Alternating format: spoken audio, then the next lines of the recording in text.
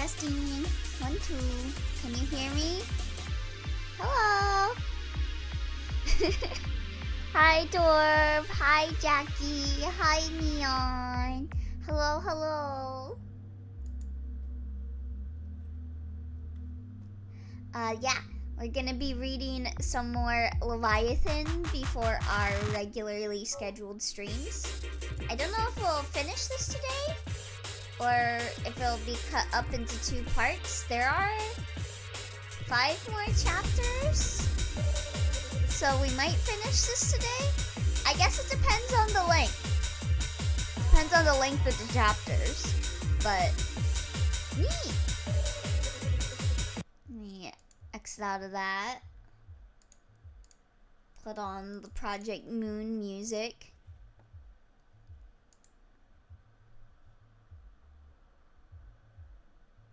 There you go. Alright. Yeah. Hopefully we see a bit more Virgilius. Because he wasn't really involved at all. Well, he was kind of involved last time, but it was mostly just Garnet being the main character the last stream. So hopefully we see a bit more of him, and like, since this should be tied into, like, directly into Limbus, right? But yeah, let's begin. Finding a way out of the corridor, overflowing with countless doors. By the way, can you hear me alright? Hopefully the music isn't too overpowering.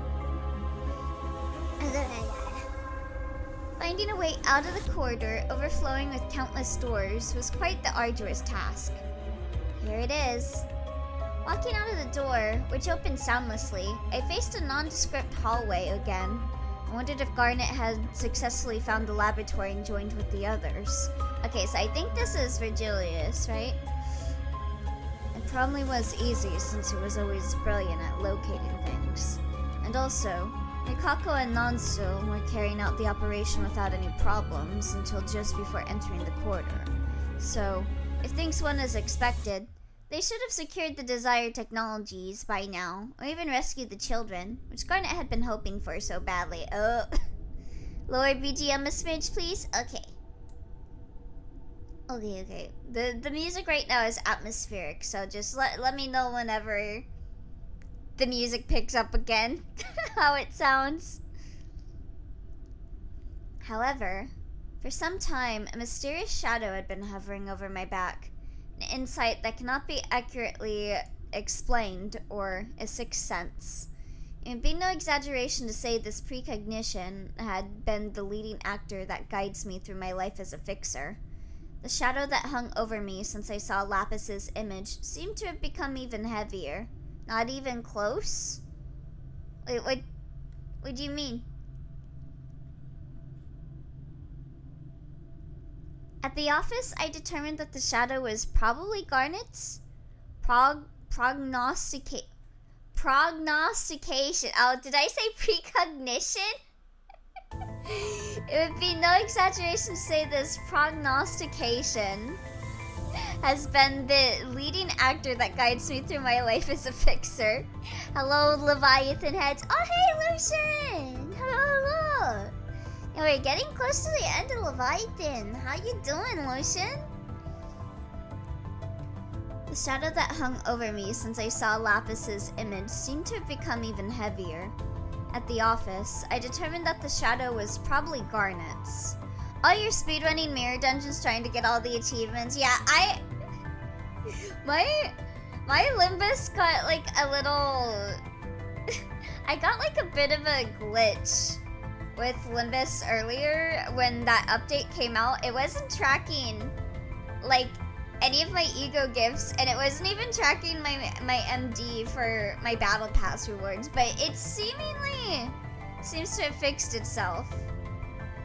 I only have the ones that require a certain number of clears left. I don't really think you can speedrun just doing it 50 times.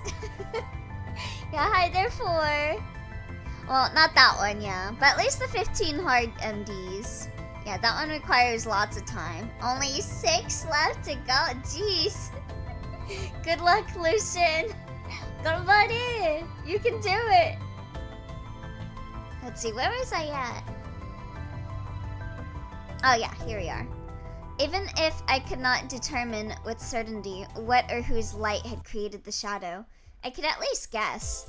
Although the majority disagreed, it was ultimately for this reason that I took Garnet on this mission. If one were to think rationally, leaving Garnet at the office would have been more apt. Also, I feel like my model is a bit off-center.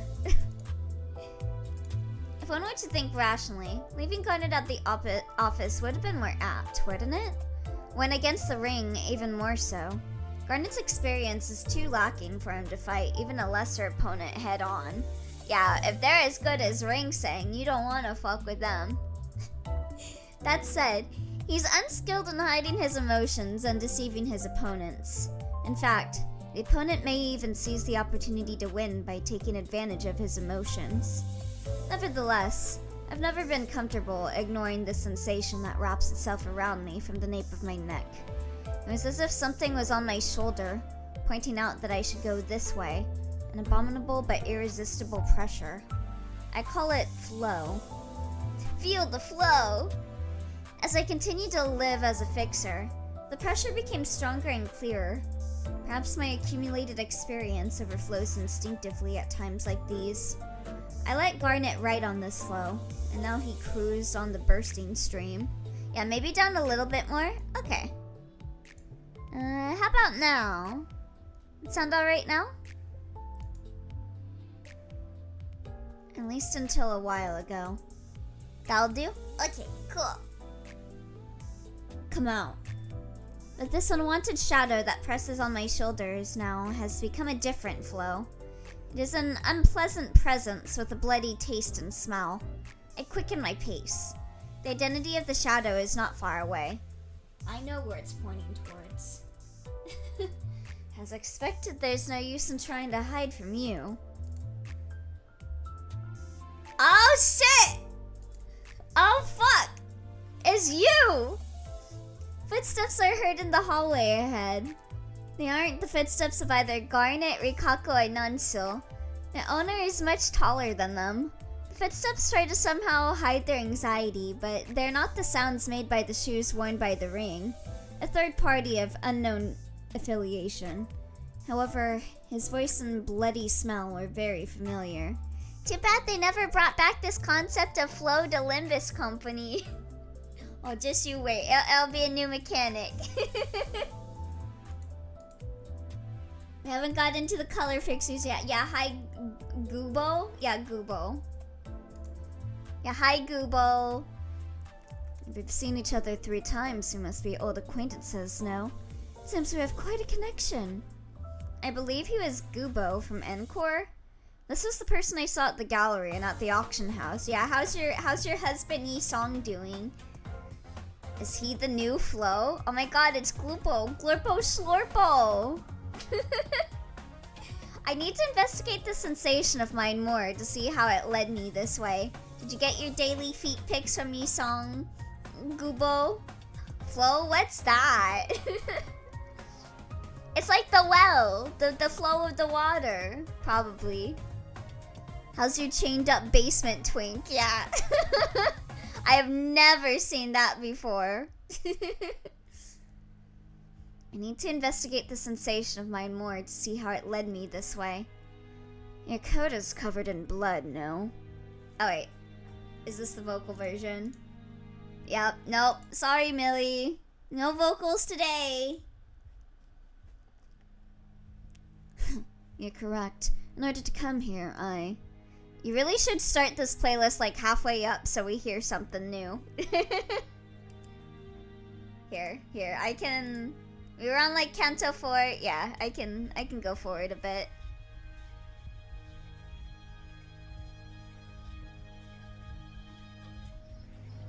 Go forward a bit. Da, da, da, na, na, na, na.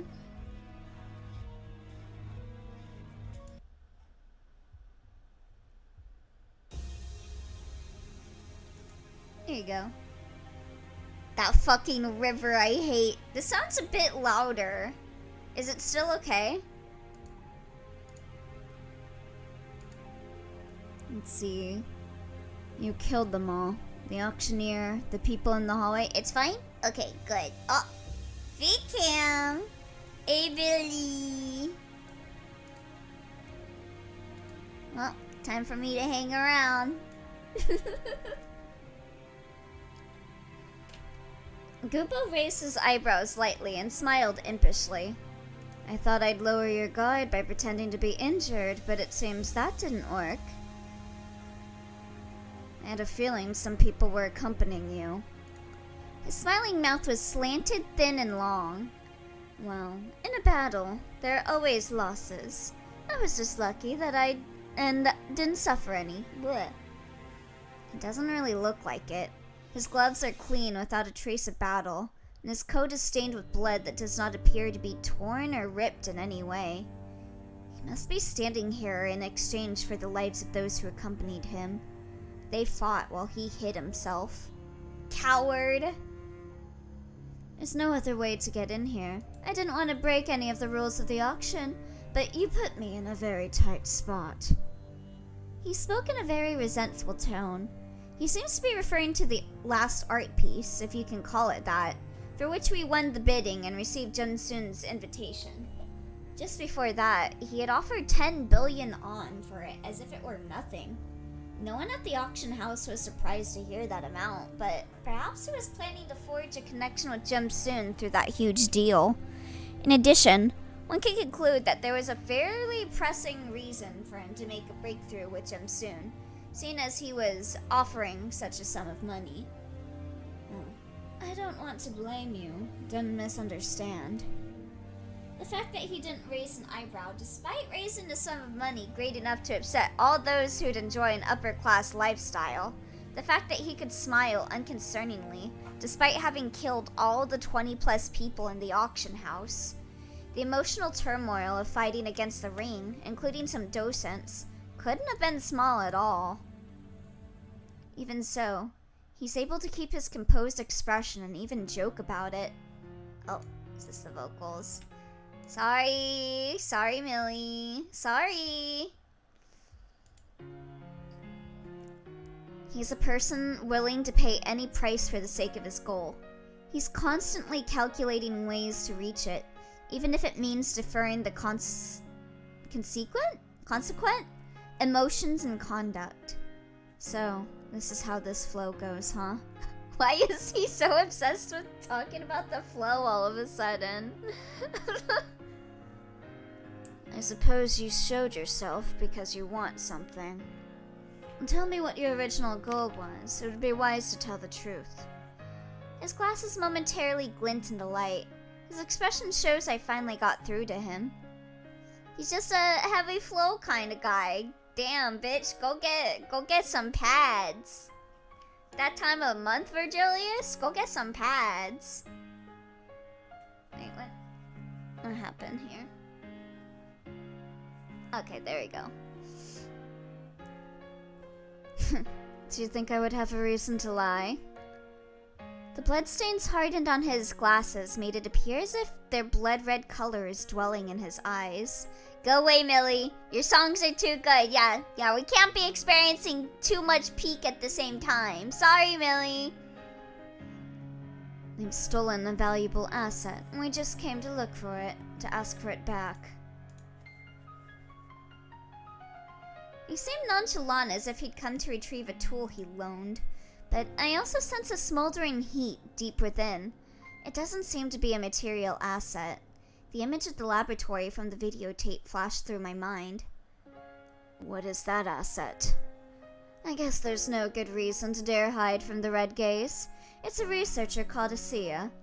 It takes an extraordinary amount of gusto to steal a scientist who reports directly to a director, you know.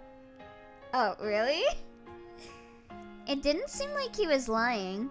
He must have known exactly what would have happened when a lie exposed before me, and he must have calculated that it would be to his advantage to tell the truth. I, too, calculated the value of my next question. Which director of Encore? If he was a target of little value, killing him here and now wouldn't have been a problem, but an intriguing word came forth.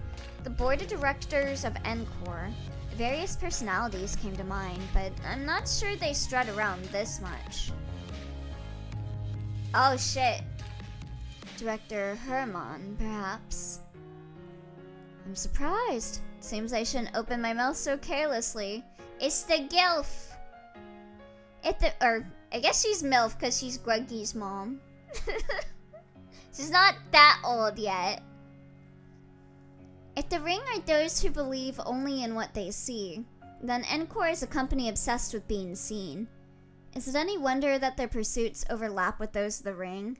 If Herman instructed this man to come in and retrieve the researcher, there's a high probability that he's involved with the lab. Garnet is gonna love this. Well, Garnet's kind of preoccupied being a Pekitula cocoon right now. Yisong, shut up. I know your husband's on screen, but shut up.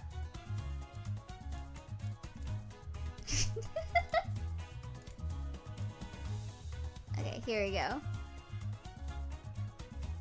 No, she's super duper old. Okay. So I can still call her a gilf. Or Gregor just ages faster. Yeah, Greggy just hasn't had children yet. But she's in certified gilf range. You could say Yuri is his daughter. There we go, gilf. If Herman instructed this man to come in and retrieve the researcher, there's a high probability that he's involved with that lab. Was. Yeah, Yuri was his daughter. Rip. Are you trying to add a new feature to the suicide vending machine? It's the Orpo Slurpo! Gubo's eyes narrow. It's difficult for me to say more. It seems you know that anyway. Which suicide vending machine? There's a bunch of those. No matter how hard I tried to conceal it, I couldn't hide a momentary feeling of mine. That being relief. Gregor's in the mid-30s range, so she's gotta be in her 50s at least. The age of 50 is in demand. The suicide vending machine, one of the leading symbols of Encore, has received countless condemnations and amazements from other nests. But at the same time, it's an open fact that it is the main source of income and culture for Encore. It's impossible to estimate how many people move from their nests to Encores to use the suicide vending machines. It's still considered to be a unique structure only of Encore. I can pretend to know or not know what his ulterior motives are, but either way, this must be quite a difficult subject. Do they just call it suicide vending machines? Is that just the term they use? Oh yes, would you like to use my suicide vending machine today, dear customer? I revealed all that I can reveal about this. We have different reasons, but our destination is the same, so why not accompany each other? I think it's probably like you get the experience of dying without actually dying. Why would you want that? I guess maybe to value your life a little bit more? Although the subject matter was a proposal, it was practically a plea. He knew very well that if I didn't accompany him, there'd be nothing waiting for him but death, since Encore is all about experiences and emotions.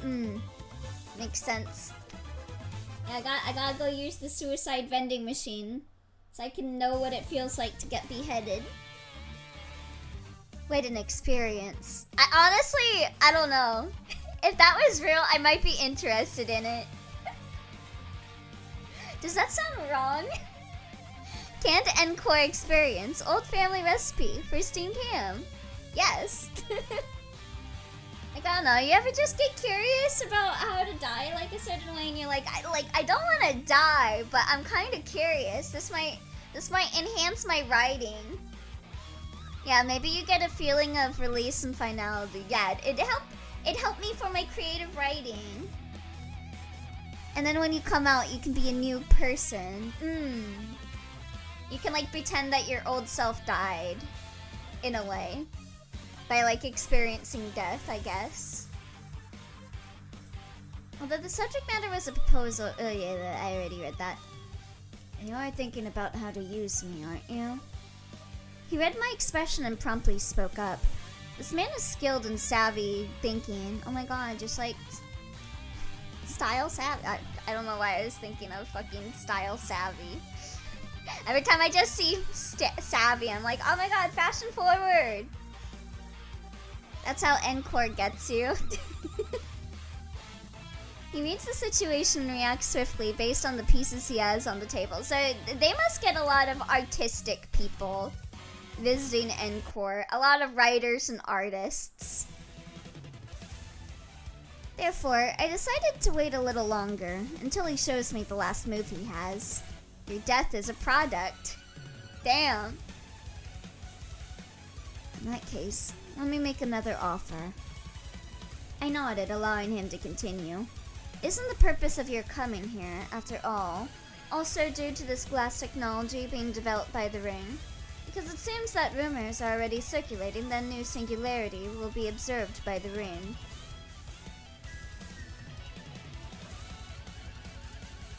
Oh, my throat. I replied neither in the affirmative nor in the negative. I did so to make him believe he got it right. That technology is called glass. Correct. If all goes well, maybe Asia and I can give you some of the materials that are produced by the apparatus. Now, isn't that enough to close our settlement? Oh, is that how we're... Huh. I think back to the memory of the videotape. With the cooperation of Asia, who seemed to be overseeing the experiment, the necessary materials could be easily secured. That was the initial goal of our office.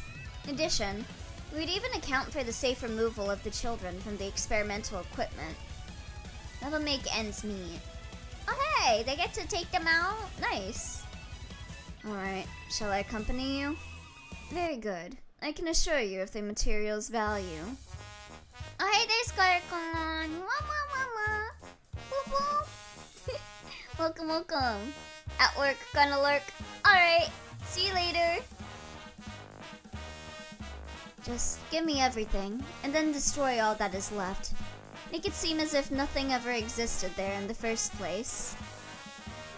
For the first time, his face grew dark. I wondered if he would make a face like that once the math stopped adding up. Isn't that demand outrageous? What are we supposed to take back? Wasn't your corpse only goal to secure Asia in the first place? The collateral seems to be what you desire. As someone who speaks so confidently, you seem to be empty-handed, don't you? I keep getting confused on who's talking until it's too late. He's got a very spiffy suit. Why has he got like gingham here, though? The gingham kind of throws it off a bit. He was very quick and deft with his hands, arming himself and closing the distance between us. A karambit. A weapon suitable for cutting, clawing, and ripping.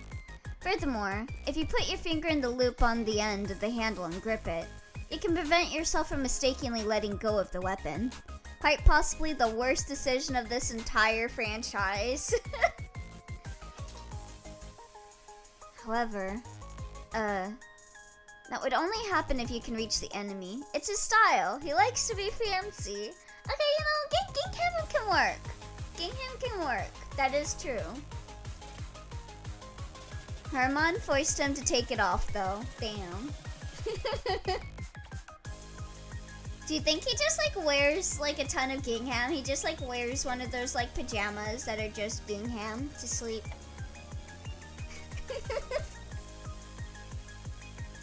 Furthermore, if you put your finger in the loop on the end of the handle and grip it, you can prevent yourself from mistakenly letting go of the weapon. However, Umida! It's the sea! It would only happen if you can reach the enemy. As expected, Gubo's combat experience was not extensive enough to feign proficiency. Guardant wouldn't have fought like this, thrusting his weapon forward before even being near his opponent. Huh, I guess Gubo's not that strong. Crack. The arm, thrust out unskillfully, was no different from an ingredient prepared for easy cooking, and the joint, broken as naturally as flowing water, eventually dropped its weapon to the floor. His pupils narrowed as if he hadn't calculated this scenario. Or perhaps he was gasping in pain. What the fuck was bro's plan? He didn't think! Yeah, he's not a fighter yet. He's a lover, not a fighter. He's Yisong's lover, not a fighter.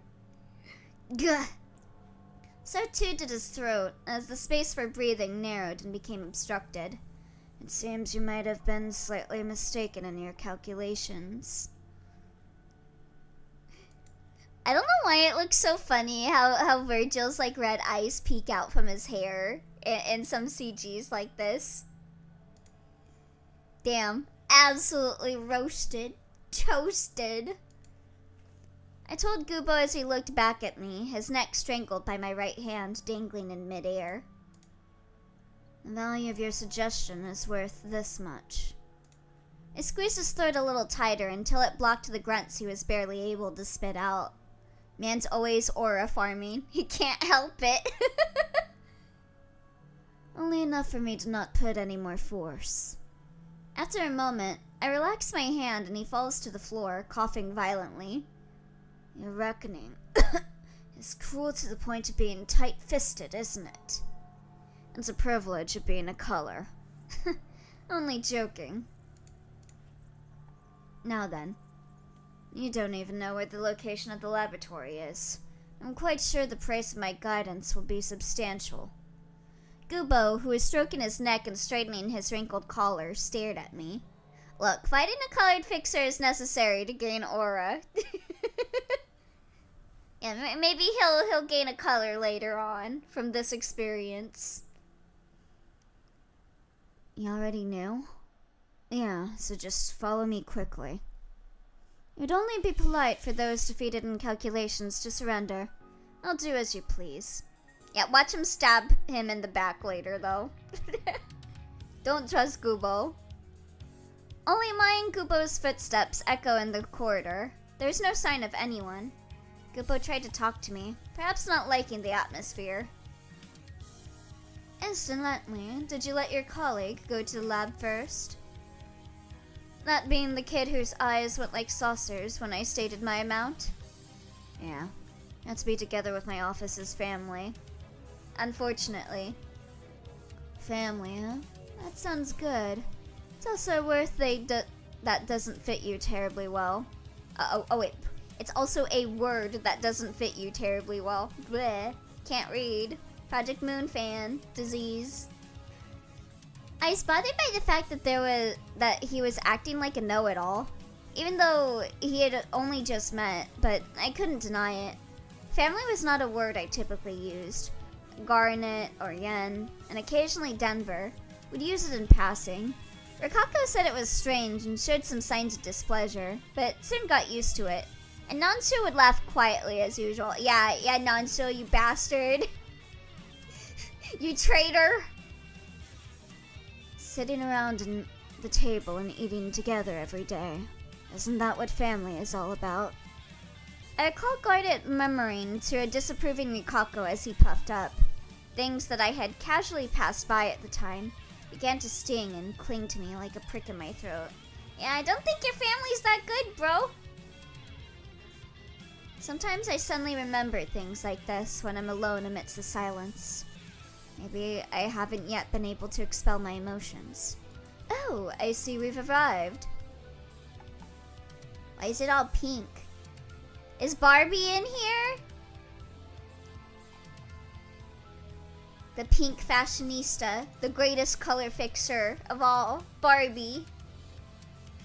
She's so good that she copyrighted the specific color that is the Barbie color. She's that big of a deal. Yeah, traitorous scum. We stopped in front of a door. Eyes, sculptures, and glass. I repeated in my mind the mental cipher Lan gave me. Then I pulled the handle, opening the door lightly. I see the hallway to the laboratory, and beyond it, I see people lying on the floor, having breathed their last. They were of the ring. I felt relief for some reason. There could be no more certain proof that Garnet had found and entered the lab safely. I'm a Barbie girl in the city. I'm surprised to learn that kid had more basic skills than I'd expected. At first, I wondered why you would bring here a naive little boy. Gooba pretended as if he was in marvel. I did not respond. There was no need to express my feelings. Indeed, I might have been in a hurry. And I also dimly realized that I get quite emotional when something involves Garnet. Maybe he realized it, but pretended not to know. I had no idea how loose I might have gotten, given that I didn't hide the proud look on my face. Hey, it's the cover that was shown during Tokyo Game Show? Oh! Oh yeah, it is! Really good song. However, I heard no sound where there should have been one. I'm sure I should be able to hear Garnet, Nansul, and Rikako's voices here. Can you hear the crying? It's like... Soon Gubo's words stopped. Why did my flow always point to the wrong place? Why did the shadow go towards the ruins instead of the peaceful valley beyond the mountains? But it was always in Ruination, where success was buried. Yo, Ruina? Did I not move along with the shadow sitting on my shoulder, knowing it was towards ruin? Perhaps I thought it might have been different this time. That Garnet's shadow would never become this dark. Is that the family you mentioned? Uh-oh. Yep. He's in his cocoon. Cries are bubbling up in the laboratory. Abysses were crawling across the floor that could only be found in the outskirts and ruins.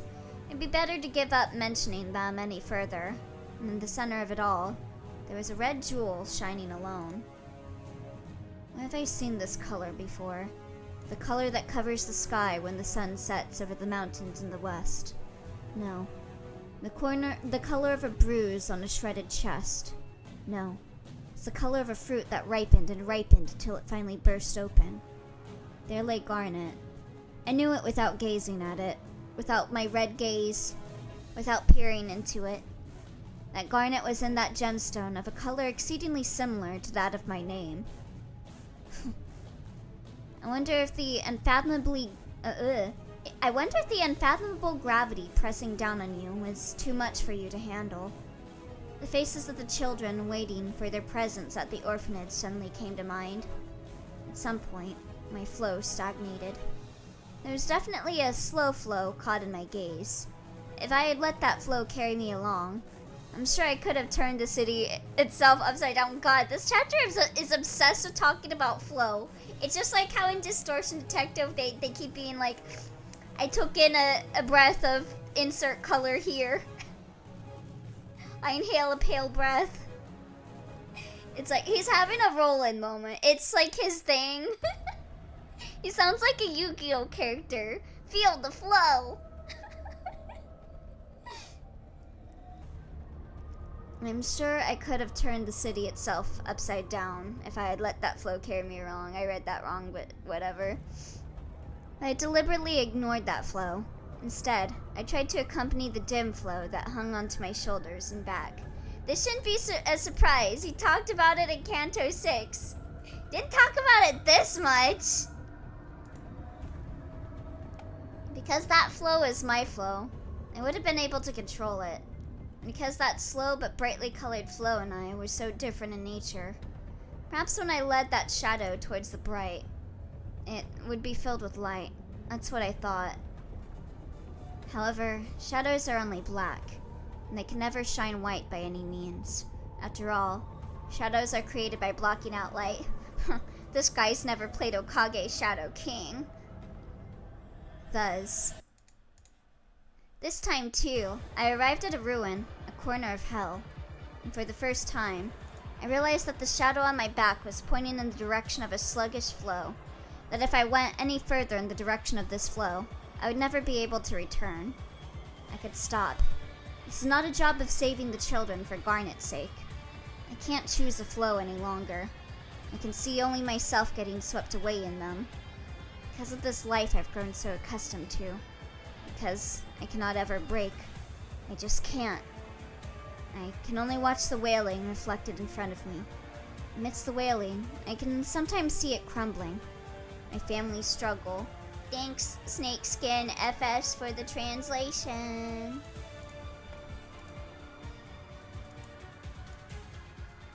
Okay, let me bring up the next one.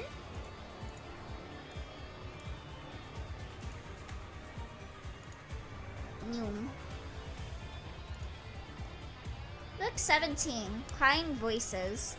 There is a cry rising from within. The beginning of every human being is also a cry. Just as in the old tale that speaks of man's expulsion from paradise for committing the sin of coveting the forbidden fruit, mankind once again weeps as we are burdened with life. For the sin of bearing sin is too great.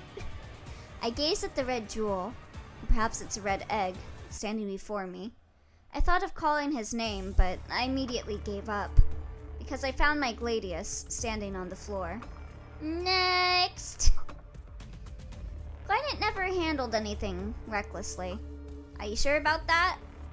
Maybe due to his years in the orphanage, where the concept of ownership was vague. Perhaps because he realized early how to survive in the city. He even kept the wrapping paper from the gifts I gave him. That's why. I know the painful reason behind the Gladius laying on the ground. I lift the Gladius. The crawling whalers approach me. Among them, an unsightly flower-like thing ran towards me before the others. Gubo had taken out his karambit even before that thing reached me. Without thinking of the consequences, he thrust it right at me. I extended my hand to stop him. Don't forget your original purpose. Why? Gubo shrugs his shoulders after looking doubtful for a second, and heads for the corner where the one called Asiya is. That thing comes near me in a panicked manner. It opened the gaping hole that seemed to function as its mouth, appearing unable to resist tasting anything it could fit in there. It seemed like it would continue roaming about the past, present, and future. I could hear the clicking sound of its teeth, which are clustered in a thin layer. Surrounding the teeth is a bundle of thread clumped together like dandelion flower seeds. But they're not pure white, but gray that has forgotten sunlight. Perhaps these flower seeds will never soar through the wind. They're too heavy to fly away like cotton wool. However, if I cut it open with the Gladius, they would easily disperse, but what use would I have for a decapitated head? Happy birthday! It's not my birthday! Hi, Miyazam. Masian. Hidden thermal generation. Heat increased to the utmost limits. When the temperature had reached the point where the smoke could be seen, I inserted the scorching iron blade into its mouth. As if waiting for it, countless fangs rushed towards my head. Towards my hand. It's not my birthday! No! I'm too broke for bleps. Oh.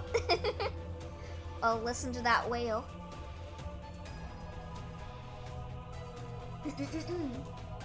I'll be back. Alright, see you later, museum.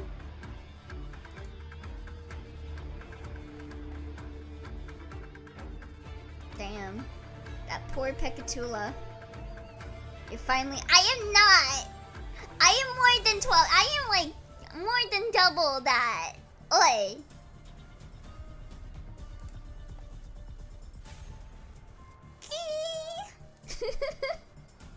However, not even the very tip of a single tooth reached me.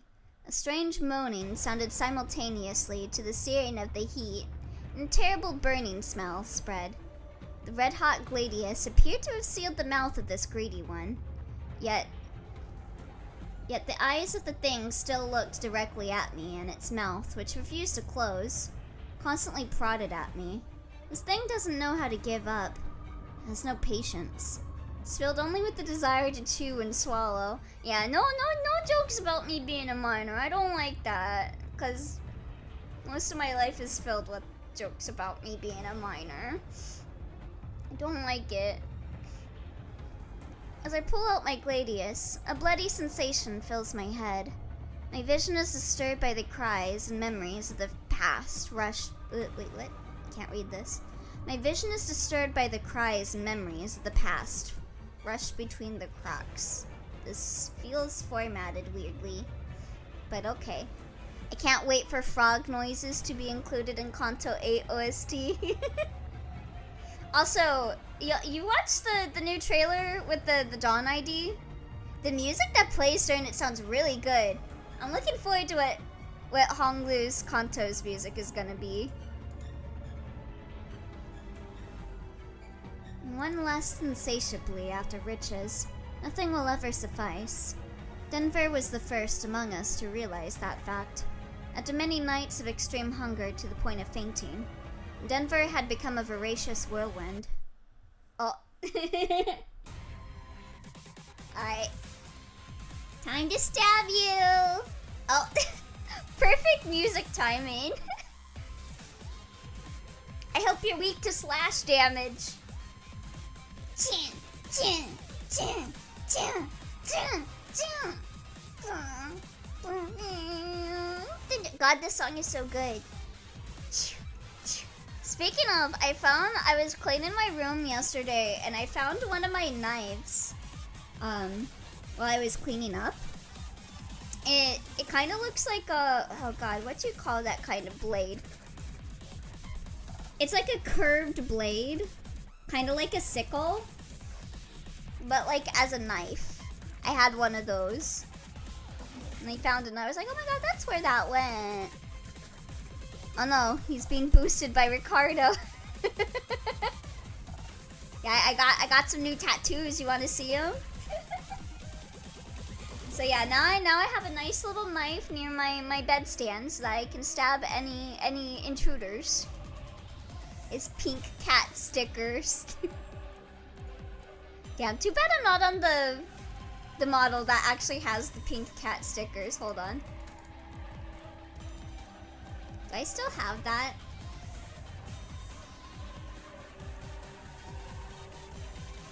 I still have the cat stickers. Where is it? I do.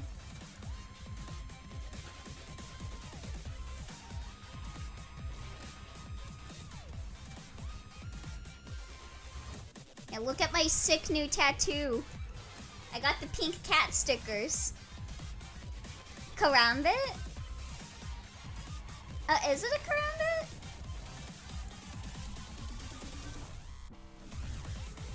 Oh yeah! God. The story was just mentioning karambits and I didn't even process that's the same knife I have.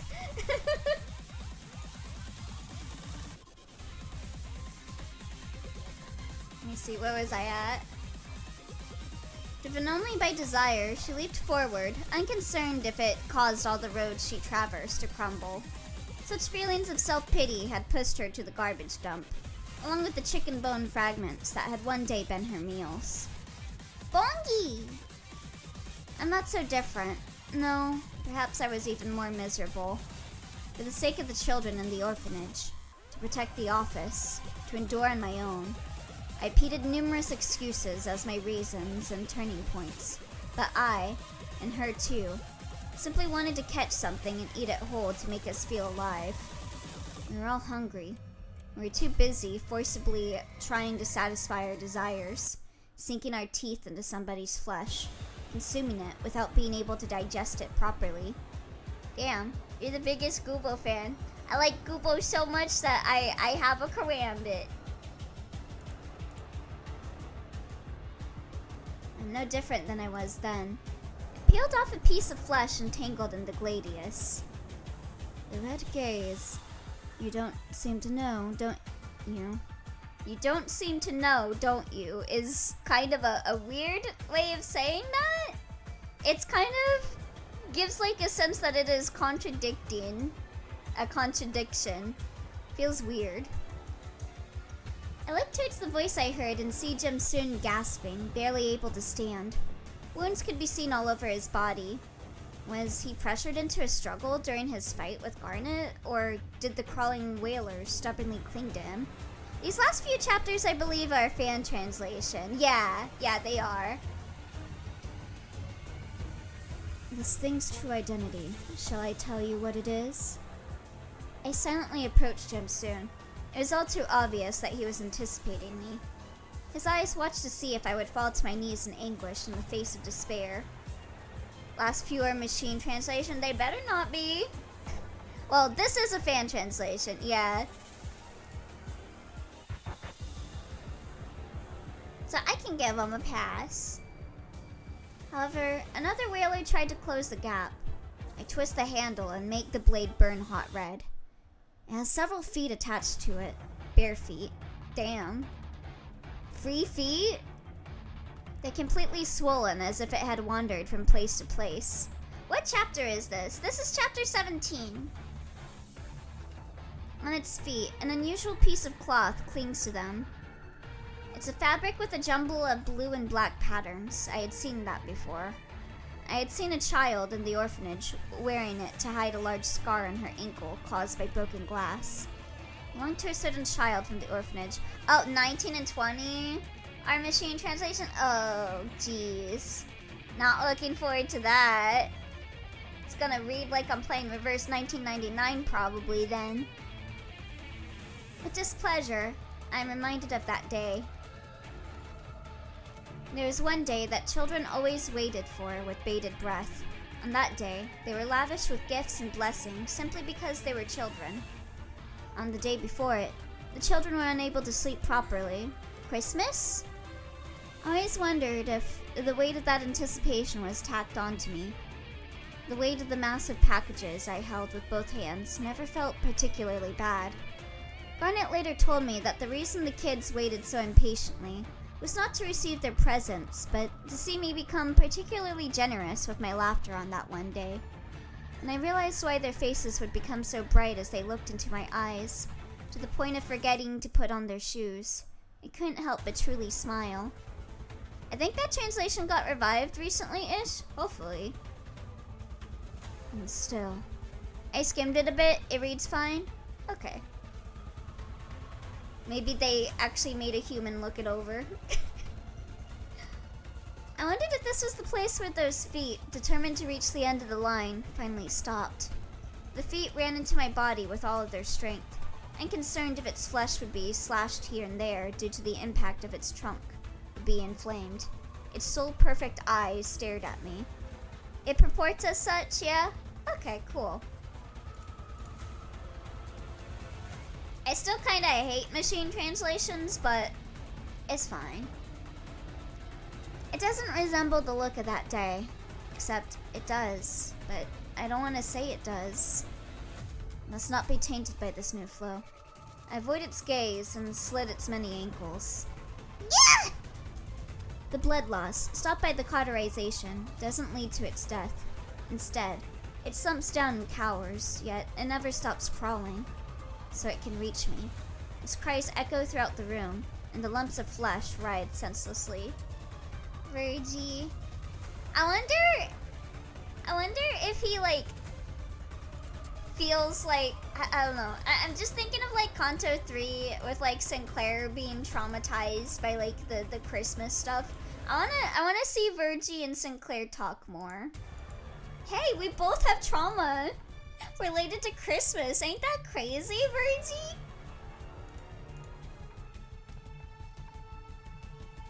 A warm, raw feeling travels down my fingertips. This time, too, the cries pushed me far, far into the past. On my first visit to the orphanage, I still was hesitant. And then, one of the children suddenly came up to me and grabbed my hand. "Oh, mister, your hand is so rough." The tiny palm touched the back of my hand without any hesitation.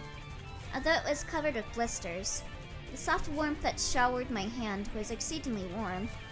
That was when I recognized how much I missed that warmth. Oh, I wanted to huddle together and dwell on that warmth all the time. Oh. Even if I knew there was nothing more than deception and hypocrisy. Christmas trauma is too common in the city. Why? I didn't need to open my mouth to reply, for Jimsoon already seemed to know the answer. Jimsoon backed away as if he didn't anticipate it. We got Redolta, the gnomes, Sinclair, Virgin. True! Damn, Christmas sucks in the city. Why'd they even still celebrate it? Why? He already knew the truth. Did he want to ask me how I could stay so calm? I was under no obligation to answer, so I kept my mind silent. This is rather nice, isn't it? The red gaze. Because of that unexpectedness that you're so fun. Jimsoon continues to yell. Asiya, gather all rift generators around me. You must concentrate them all on me. He shouted at Asiya, his face contorted in a strange, eerie way. Will you be able to stand it? If I can't bear it, would that even matter? Increase the refraction index to the same level as before. No! Turn it to the maximum! Jimsoon yelled loudly, perhaps in a hurry. Or maybe it was a cry of ecstasy. Cha! Antonera!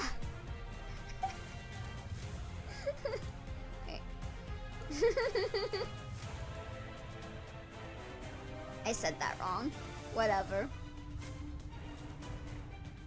Jimsoon yelled loudly, perhaps in a hurry. Oh wait, I already read that. In that case, the rifts in the glass windows would reach an absurd reading. If that child was accepted, why couldn't I? And aren't you hoping for that deep inside, to see what will happen to me? It would be hard to deny. Next to Asiya, Gubo was also looking at Jimsoon with an intrigued face. It wasn't the kind of expression one would expect when faced with an enemy. They all looked the same. I took a step forward, feeling a strange discomfort. At that moment, I felt something shimmering, and looked around the area to see all the reflectors attached to the top of the experimental tubes facing towards Jimsoon. I couldn't see it, but I felt like something was shining intensely down on me.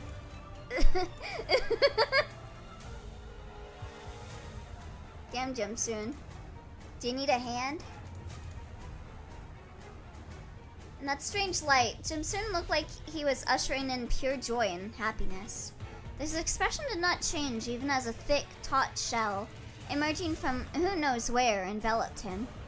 As I was bewildered, carelessly unable to move, another crying voice initiated its approach. Oh my god, what's with my throat today? I like this weird feeling in my throat. I don't know how to describe it,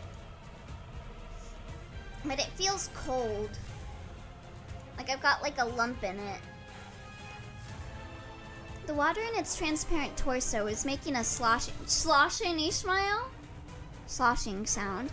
It seemed that the only course it could take was to sink into the mire, having given up on flowing. However, it seems to have difficulty controlling its sinking, spitting out the water in its lungs.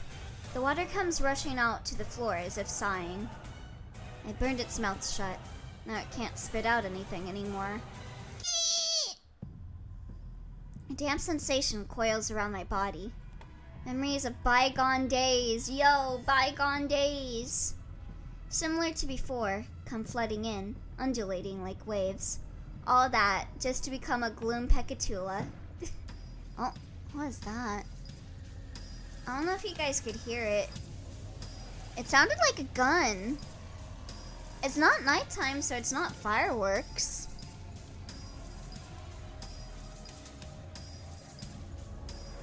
I spent a lot of time alone. Being a fixer is akin to building a wall brick by brick, all the while trying to rise above it all on your own. In the end, when the day comes when you'll have no option but to become a pawn in somebody else's schemes, there'll be no one willing to take your back. That's why you have to build the wall by yourself. Overcome your barricades. Let's survive. For that reason, I often had to close my mouth, eyes, and ears. I saw no need to cast a personal gaze on a world where ill fates are overlooked. I didn't want to put my heart into something that could crumble at any moment. This sounds like a perfect time to play a Millie song. Was it a gun? I'm not sure. Either way, your mic didn't catch it. Yeah. It sounded like it was a bit far off in the distance, like a gun. It's definitely not dark, so it couldn't have been fireworks. Huh. Let me see. Where is I at? Blah, blah, blah, blah, blah. And so I sank. Perhaps the only thing that stopped me from drowning was Lapis's sudden visit to the orphanage. When my mind regained its senses, Jimsoon's egg-like form began to wriggle and change into something else. The indigo eggshell twisted and swelled here and there, gradually taking on a human shape. Must have been a volcano. Yeah, definitely. It was definitely the volcano. I guess I'm gonna die soon, guys. This will be my last stream. Soon the lava will come into my house and burn me alive. The shell grew hard, shiny white scales covered by numerous dots of the same color as the eggshell. Then a slimy, thick tail sprouted out of his lower back, completing the guise. Also, welcome, Usolve. Let me know if I said your name wrong, but welcome. Blech. Yeah! A speckled foot crushed the thing in front of me. Pouring out of it, together with the water, was a hairband outfitted with a cherry fruit ornament. Suddenly, I feel something cold around my face and neck. Indigo L. Oh, it's just egg. yeah. No pale whale killing tonight, fellas. Cooked space bunny, oi. Don't eat me. Suddenly I felt something cold around my face and neck. Water droplets come forth, falling to the ground. They weren't intense, like the ones that dangled around Garnet's eyes. There was no sobbing, only a constant stream of light rain. The husk that had encased Jimsoon is hanging onto the machinery, an indigo blue shell. Jimsoon had broken out from within and now began to step forward, step by step. Did you just become a lizard, Jimsoon? Damn. The little hairband. The body was speckled with countless dots, and the eyes that glazed over, and the tongue that flicked around arrogantly. Even his internal organs were covered with them. A point-a-lizard? I don't think I've ever seen anything so strange. What happened? The universe conceived me once more. A simple question clashes with an incomprehensible answer. Jimsoon walks beneath his steps. A black puddle forms in the shape of a dot. It wasn't like the spreading of ink nor the adhesion of paint, but as if the dot was engraved onto the floor. Yeah! As soon as one of the crying voices grazed one of the dots, it instantaneously burst open. Does the body explode when it touches those dots? Damn, it's just like Ring Sane. It was only for a moment, but I believe I saw its body become covered by dots akin to someone with nettle rash. Either way, you'd probably be unable to finish a single word of warning if you touched them. Furthermore, I proclaim that only I can expand the universe in pursuit of beauty. Jimsoon's arm drew near me in the blink of an eye. Still, I reflexively thrust out the gladius in an intent to lop it off. Let's go! Damn. Virgilius just looks bored. Surely, for Jimsoon, the struggle against me was his very first. However, I was already used to it. He seemed to have become acquainted with my method of attack quickly, even if he understood it beforehand. He moved as if he saw my attacks firsthand. Be nice. He just has trouble expressing emotions. True. He's like mere salt. It's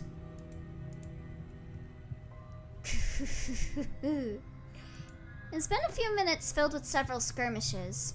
I realized that this sensation was not just a coincidence. I chose to switch from slashing to piercing during our engagement. As I focused on aiming at his vital points, I supplemented my attacks with the use of with the use of Shin. However, Jumsoon once again grasped the essence of my piercing attacks and immediately counted them. 34 times. That was the number of times I died when you pierced me here, in the orrery. Jumsoon said so as he pointed at his chest. There laid a big dot in its center. There was one of the areas I was focusing on. It's the most essential vital point, which leads to death in seconds once hit. 46 times. That was the number of times I died when you pierced me here. Jumsoon pointed to his neck. Kinda sounds like a skill issue then, Jumsoon.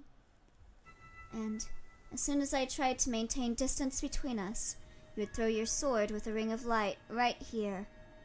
Jumsoon pointed to a spot near his thigh.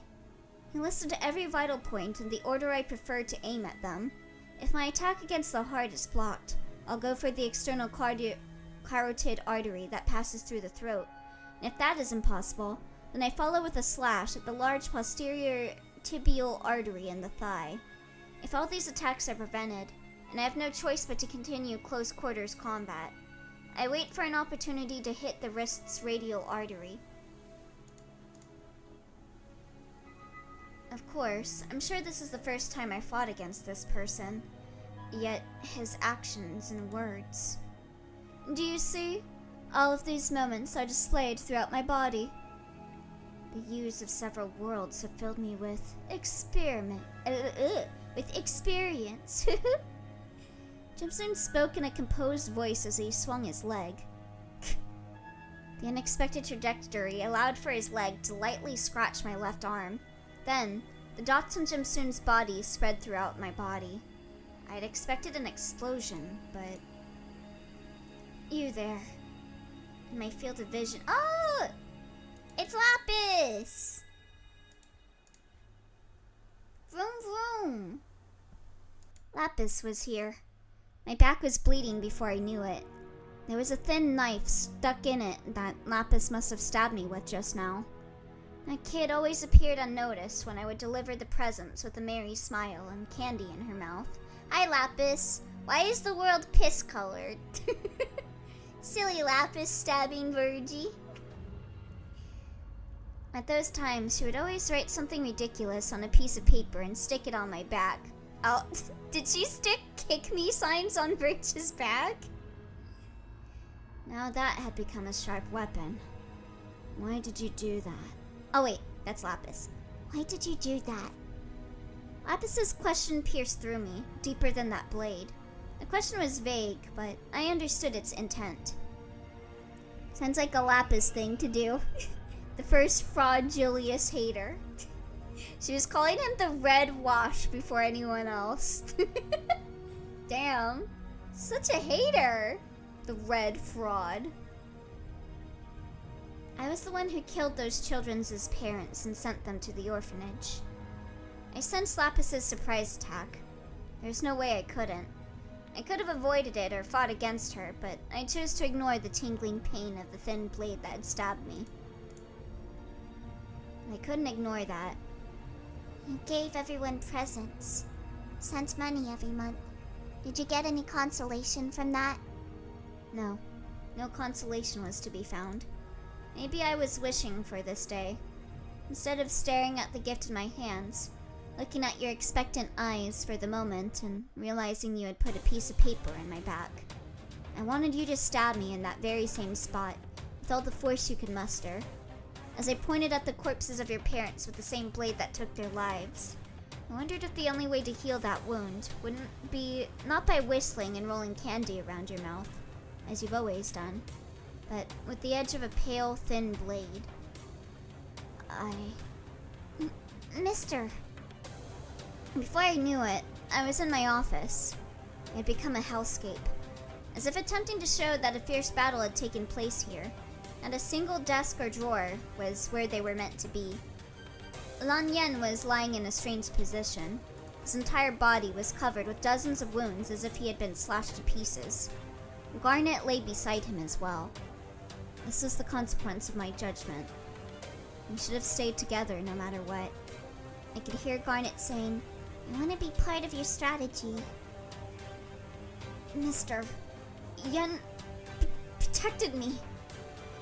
I examined the depth of the wounds Garnet had sustained. They were proficient in professional skill. It was a chopping wound, appropriate for leaving someone near death. Their intention wasn't instant death, but probably I almost read that as massage. Yo, they killed them, not because they wanted to kill them, but they just really suck at giving massages. Probably a message to me. Considering their ability, this is a warning. I watched as Garnet shortly breathed his last. It reminded me of someone who was begging for their life. I was unable to do anything back then. The present me can, but I no longer know what to do. Everything had become a lump of guilt. Nevertheless, those weren't the only sins I bore. Every step I took, every gesture I made, and every look I gave brought misfortune to someone else. But I'm not so superficial that I could die from this forged guilt. I threw a strong punch at his cheek, causing the dark-colored dot in my hand to spread widely before suddenly stopping. What is this? This looks like the Glorpos. Cavernous wailing. I see. Garnet did come here with me. Sure enough. It was only a false image created by the dots, but it was so vivid, as if I had actually experienced it. What about this? Drowning in a universe linked by dots. You finally want to die, don't you? He went through various words like this to fight me. Large and small dots, tinged with a dark indigo color. When I looked into these, they seemed to be those faraway worlds themselves. Those dots covering Jimsoon must have served this purpose as well. You. That's it! All those varied dots, coming together as ecstasy. He wanted to say something more, but no more words came out. The vision projected in front of his eyes, those worlds. One after another, they changed. Towards a world of infinite possibilities. Someday, somewhere. Uniformly, they all stabbed me with something sharp. This song sounds like it's from .hack GU. I know it's from Limbus, but this sounds like Moontree's theme. Oh man, this kept going for a while as just a novel, didn't it? Yup. Hey, Lenix. And that time that seemed to be an eternity, in a moment, passed. My vision was eventually embraced by complete darkness. And then, there, from somewhere, a voice began to speak to me as if in a trance. .hack? More like a .stab right now. Good one. It's the dots. The dots are getting to me. An awfully warm voice. A voice that made me want to become completely buried in it for all time. It spoke to me. It's nice to talk to you again. Oh, thank you for the hydrate, Twy. Hey, Twy.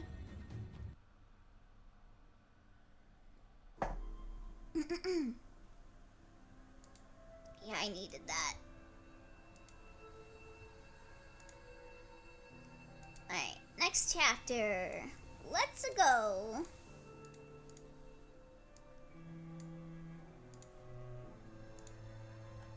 Questions and answers. So, I guess this is the last one before it becomes machine translations. We'll compare. This one's a bit wordy. Let me see, how many pages is it? Oh, 13? Silence. I haven't felt such utter stillness in quite a long time. In its midst, the voice of the one who proclaims itself master of this space is clearly heard. It shimmers as if smothered in light.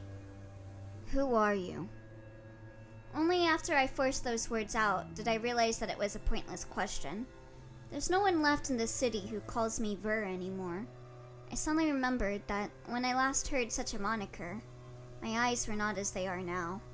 I wonder, then, if the world as my eyes captured it back then was greener than it is now. I think you should distort, Virgilius. You should distort, now. Who I am isn't very important, Ver. Let's just have a little talk. All that spreads before my eyes is a warm and comforting light. It's as if all the light and color that was boundlessly scattered throughout the city came to life, evoking the imprudent illusion that all fault is being washed away just by being here. Shh, go away, Carmen. Then a visage invariably came to mind, one of salvation, yet which I vividly felt shouldn't be embraced carelessly. As such, we are each other's guests. Just as I have something I want to ask you, you have something you want to ask me. While I was on the city's surface, I held numerous unanswered questions. Questions no one could answer or simply wouldn't acknowledge. Therefore, I decided to reply to this voice. We do a little distortion as a treat. Your heart looks to be aching. The children you couldn't save are swirling around in your head, aren't they? Oh. I guess I'm distorting now. Damn. Well, it was nice knowing you guys. Wait, where is the setting? Keep forgetting where they put the Why did they put the settings in the camera settings? It's so weird to me. But whatever. And you know what? Since we're talking about flow and stuff, I'm gonna do an additional thing to this. Hold on. I'm flowing!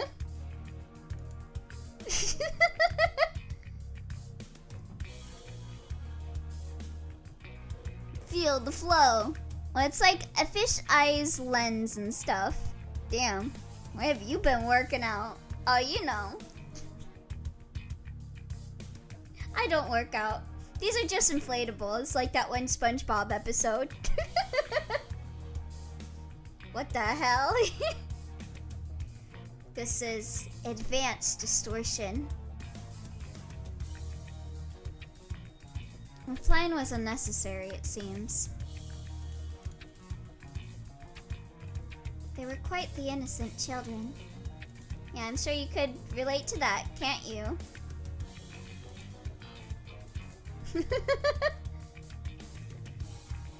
Google Elio inflation to learn more. Oi! I hope there's no Elio inflation art. There is no sentimentality in that sentence, neither pity nor regret. Perhaps this being knows what happened to transform those children. They distorted, Your Honor. Bunny Bunny, you're all waves. Yeah, hi there, Thunder Dude. Also, I'm curious, chat. I'm curious about the chat delay. Can y'all say something in chat when you hear me say boogers? Boogers. The children that underwent experiment. Oh, okay. That's actually not that bad of a delay. Now you just earless bunny. Boogers. I'm not that much of a hater to draw inflation. Thank you. I'm glad. It's too late. The way back is gone. That clear ignorance of the world made the children rather burdensome. The merry voice mercilessly strikes down my question. Interesting. You can't just put a period in the chat with nothing else. Doesn't let me anyway. Uh-huh. There we go. Now I have bunny ears. Oh, oops. Let me adjust this a little bit. Whoa, whoa, whoa.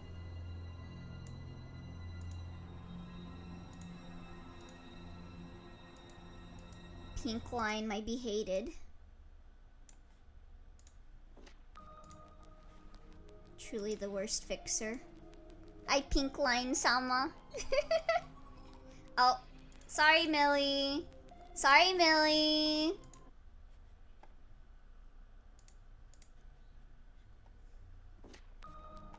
To tell the truth, I had a vague estimate of that fact.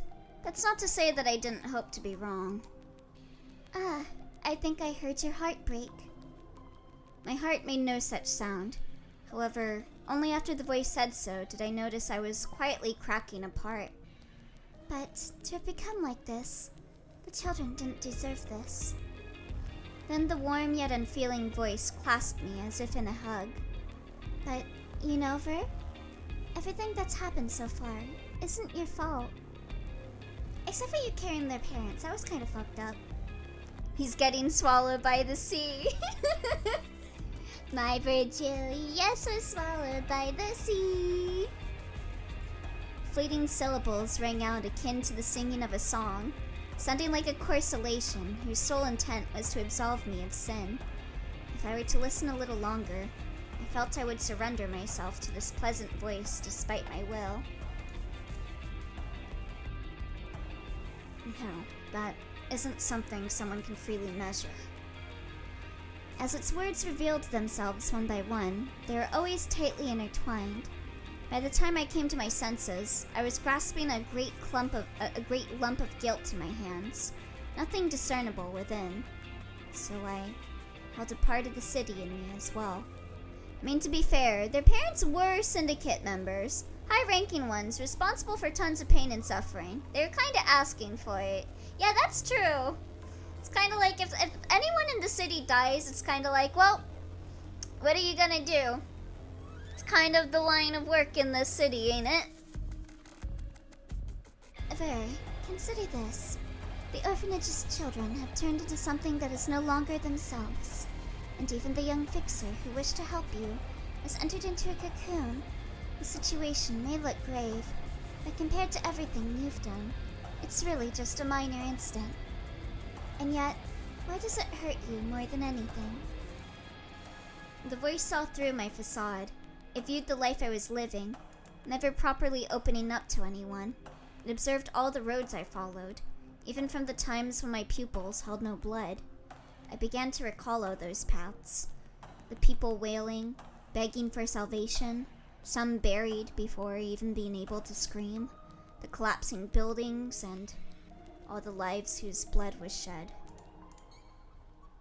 However, as a matter of fact, there existed a warm expanse of light, the complete opposite of everything that came before. It surely was the light I created for myself, where they waited for me, where voices of delight and excitement were heard instead of wailing and yelling. I see. The orphanage was your hope. The voice found its answer. You have always considered the city to be wounded, but the stains on your hands won't be washed away. You'll continue to be the one to keep the blood flowing through... Shut the fuck up, Ismael. Anyway. Let's go. Dun, dun, dun. Dun, dun, dun, dun, dun, dun. I love this song. Where the fuck was I?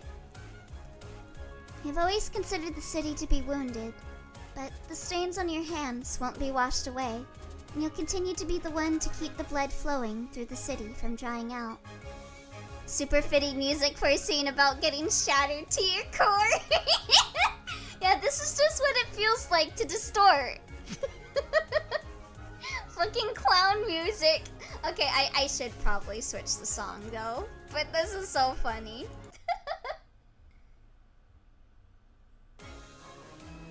Dun, dun, dun. This is no joke what Philip went through. For real. Okay, we can keep this one though. This is fitting because it's Christmassy. This is his trauma. You continue to be the one to keep the blood flowing through the city from drying out. Yet, yes, the foul-smelling wounds of the city run deep, for they have been festering for a long while. Damn, Elio. I didn't know you lived in the edge of this. Shut up! Shut up! Shut up! I knew how to cure the city, but the road to achieving that goal was so cruel that we would have to spill more blood than was already spilled. You, awkward and kind as you are, have buried that road deep within your heart. But there exists a method to make this road much gentler. So, you have found it, without having to dirty my hands yet. Children who may be able to change the city in your place. The orphanage was my very own limbo, my place of redemption, my Limbus company. Despite never having informed them of my sins, by stirring up a virtuous attitude within me to the same heights. My frozen heart melted like snow. Sprinkling water and fertilization in your spare time, making sure the sunlight properly comes in and there are no insects to bite them. The voice spoke as if it was doing so itself. You looked after them. You, who had lived your life following only strong flows, had your eyes only on the potential of what was a feeble flow at best. Virgil wasn't kidding when he said he was more fragile than he looked. Yes, as you say, I wanted to plant seeds that, even if feeble, had potential. They were hidden in a remote corner where nary a ray of sunshine reached. However, just because something is unseen does not mean it's incomplete. Thus, I looked after them, like growing a tree. I wanted them to live on my behalf. If I could get them to live with the heart I couldn't have, I was sure that even the faintest flow would grow into the sturdiest. However, did I really think the orphanage could change the city? No, Ver. You knew it couldn't. The children were just pieces of paper to wipe off the blood from your hands. Indulgences you yourself printed. But now, they have all been ripped apart.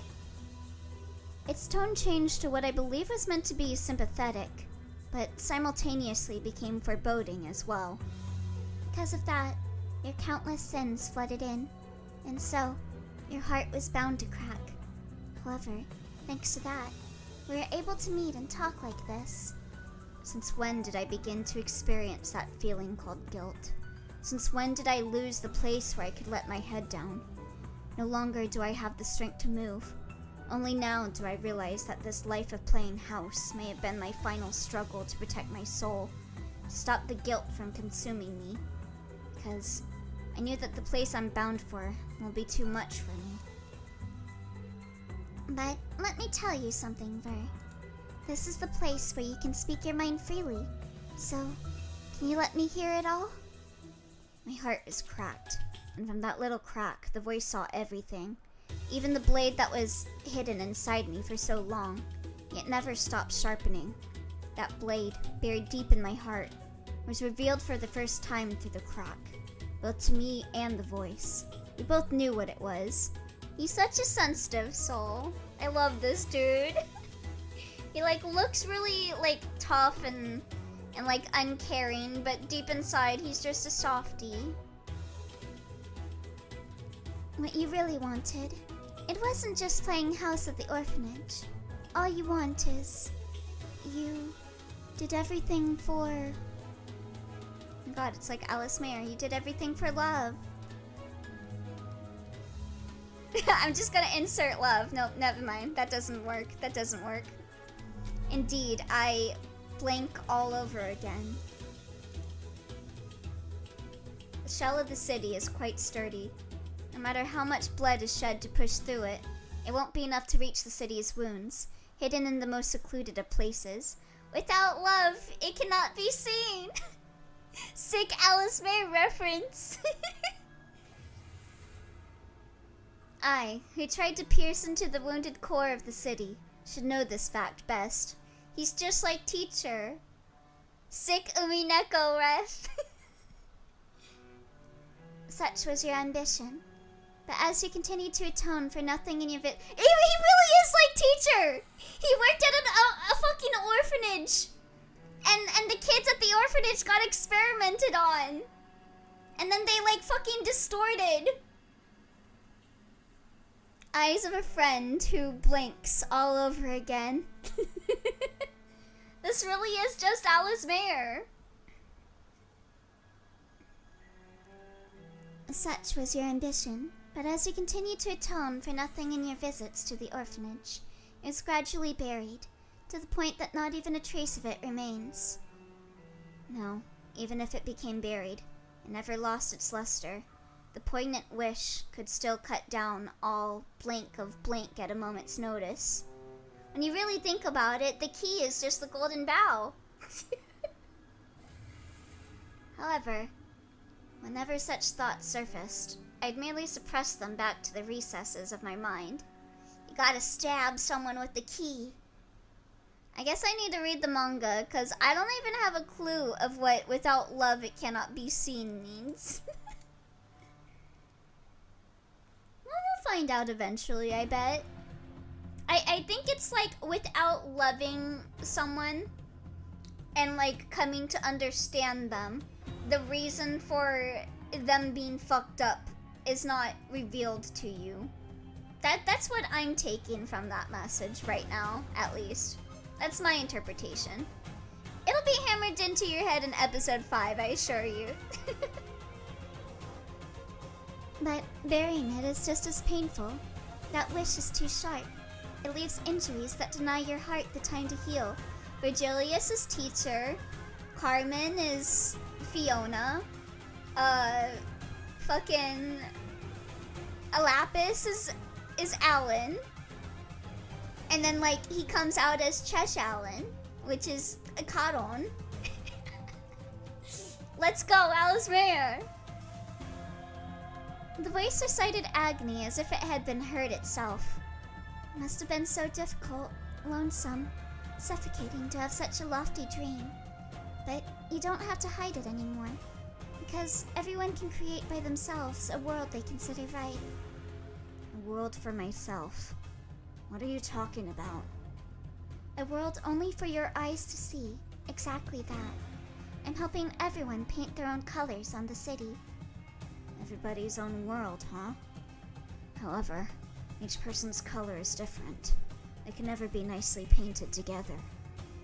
If such a method existed, I would have done it before anyone else. Indeed, as you said, the colors blend together in the light.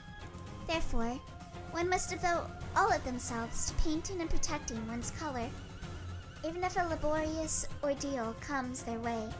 Nevertheless, they must readily fight and overcome it to secure their place, even if they must fight the entire world.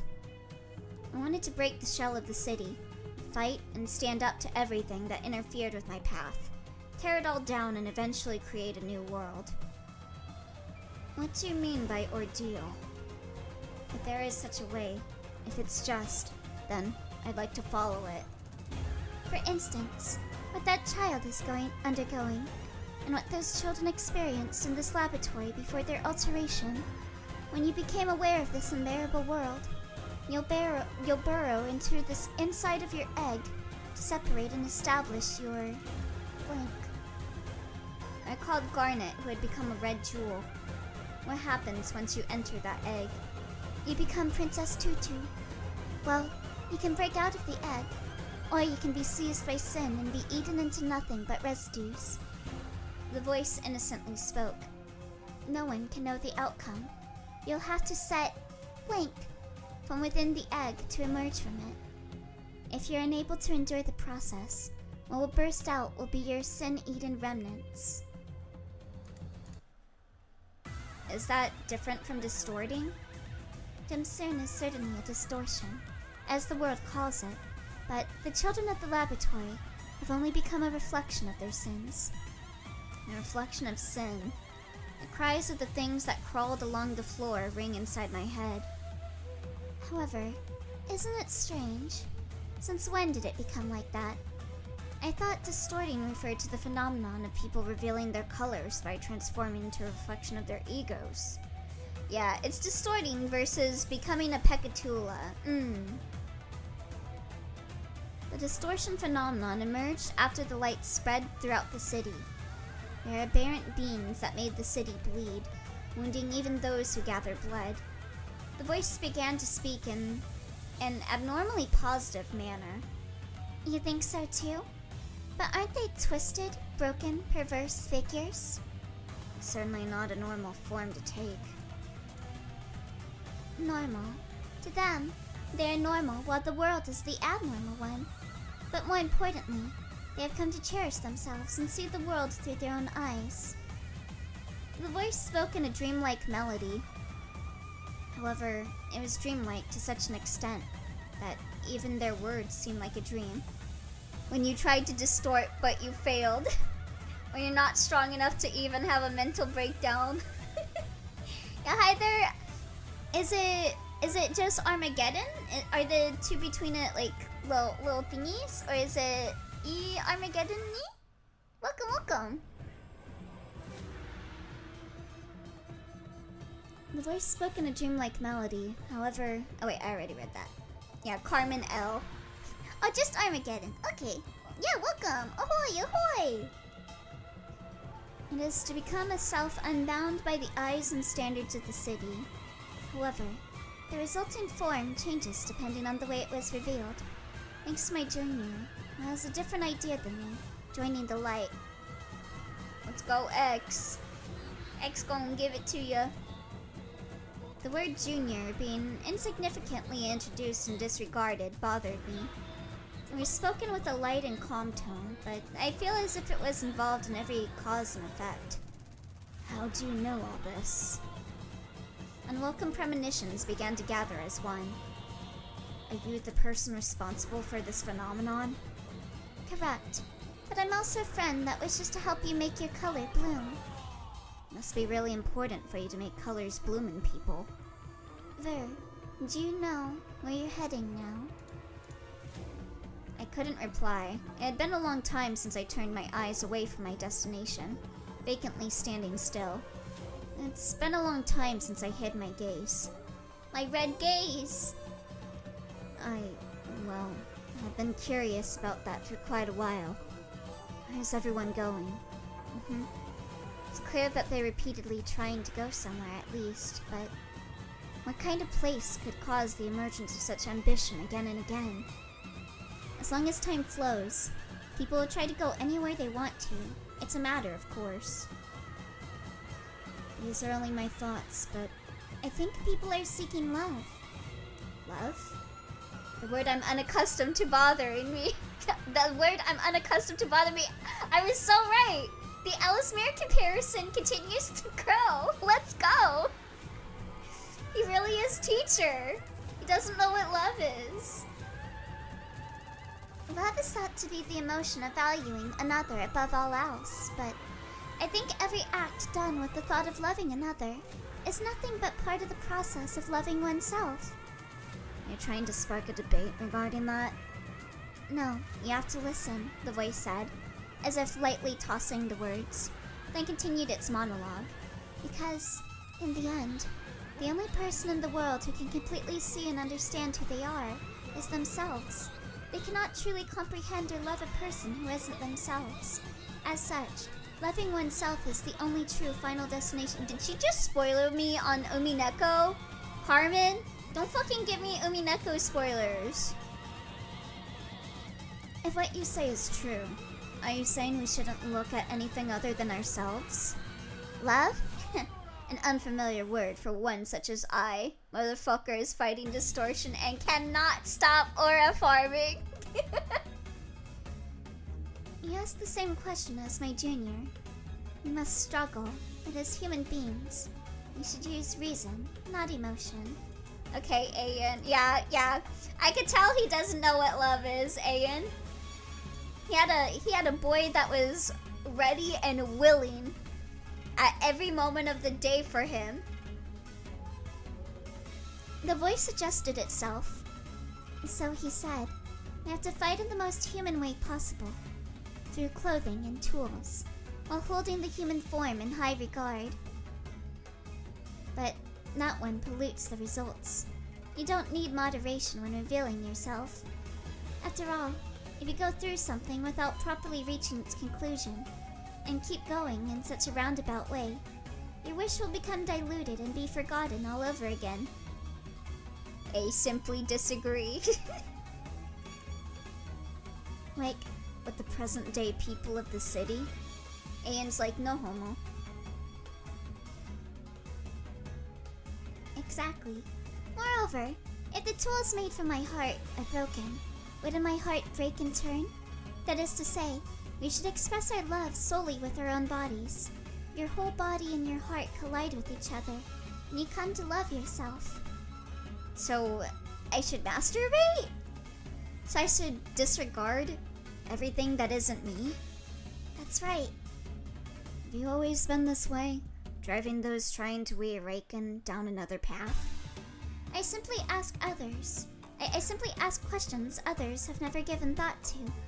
And usually, we understand each other. I support and lend them strength so they can continue on their new path.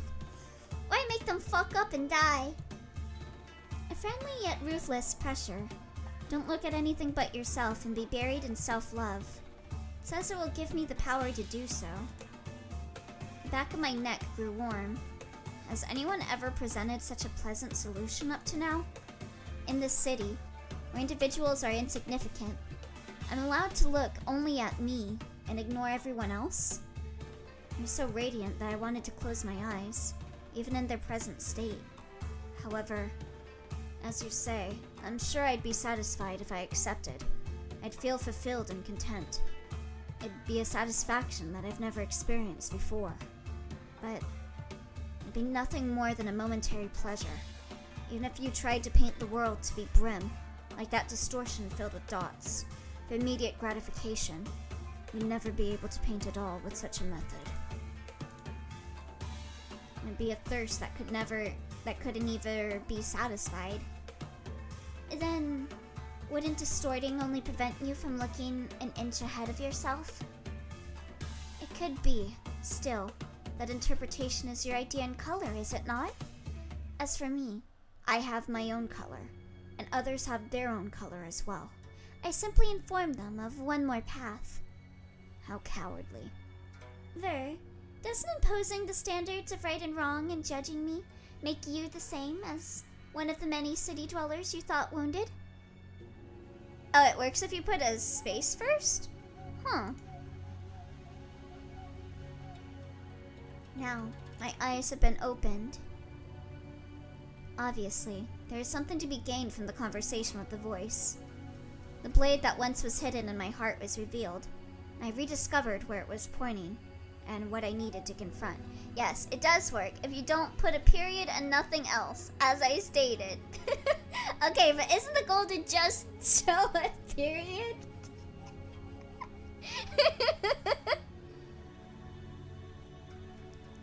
If I want to just put a period, I would Alt plus 255. Even if it weighs down on my surroundings. There's no point in continuing this conversation. Was my proposal not to your liking? The voice seemed to be quite disappointed. You appear to be the cause behind all the distortions. I have no real way of knowing who you are. However, what do you hope to achieve with all this whispering and background manipulation? As I told you, I believe everyone should fight the world in order to paint their own colors. And I'm a person too. Shouldn't I blank my blank the blank? If someone isn't able to be who they truly are, even after I lend them the power to do so, blank my blank to paint the world with the colors blank. When I heard its answer, I closed my eyes. So, once all is said and done, blank, in the flow of blank, and blank in all blank, blank will be blank. Ah, an unprovoked smile emerged on my lips. I was laughing. A world where, as if a starving beast, must struggle against everything in your endless thirst to build your own world. Yeah, riveting storytelling. Are gone. What do you mean are gone? A world where you, as if a starving beast, must struggle against everything in your endless thirst to build your own world.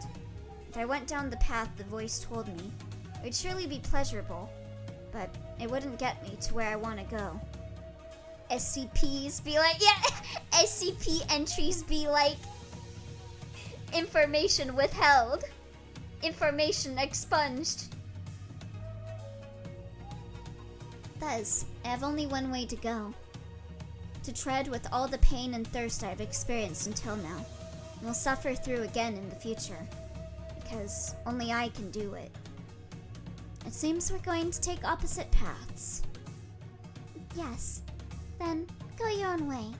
It, too, must be the color of the person you are.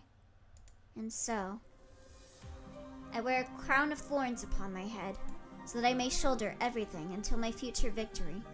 Faded laurel leaves sprout to color all of the thorns in my head. and tears of blood flow from my eyes so I may see all the sins I'll have to bear from now on. Yo! Good timing! Yeah, that's super timely. The Leviathan song started playing. Holy shit!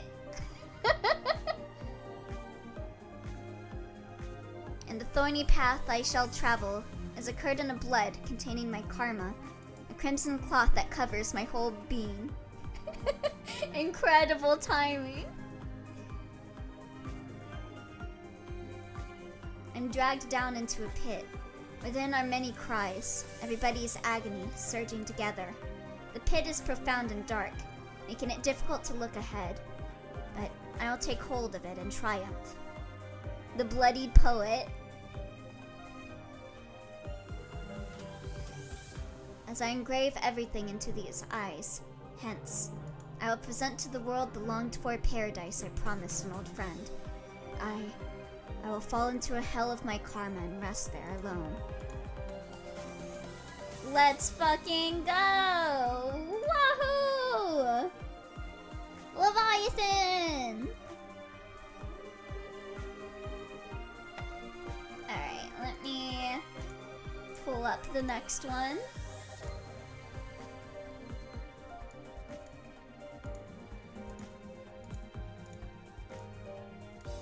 Gaze. The cloak of blood I wrapped around myself began to settle. My wandering is over. The way forward is clear, and all that remains is to tread it. I shall spill blood and, at times, drink it, but I will never stop this movement. However, before I can do so, I must cut down the distorted mass before me, the first of the blood that I truly must spill, and, at the same time, lop off the neck of my cowardice, which I've been turning a blind eye to for all this time. You know, Ver, I'll tell you one more thing before we part. I might know a way to get you closer to achieving your dream. I called the voice again.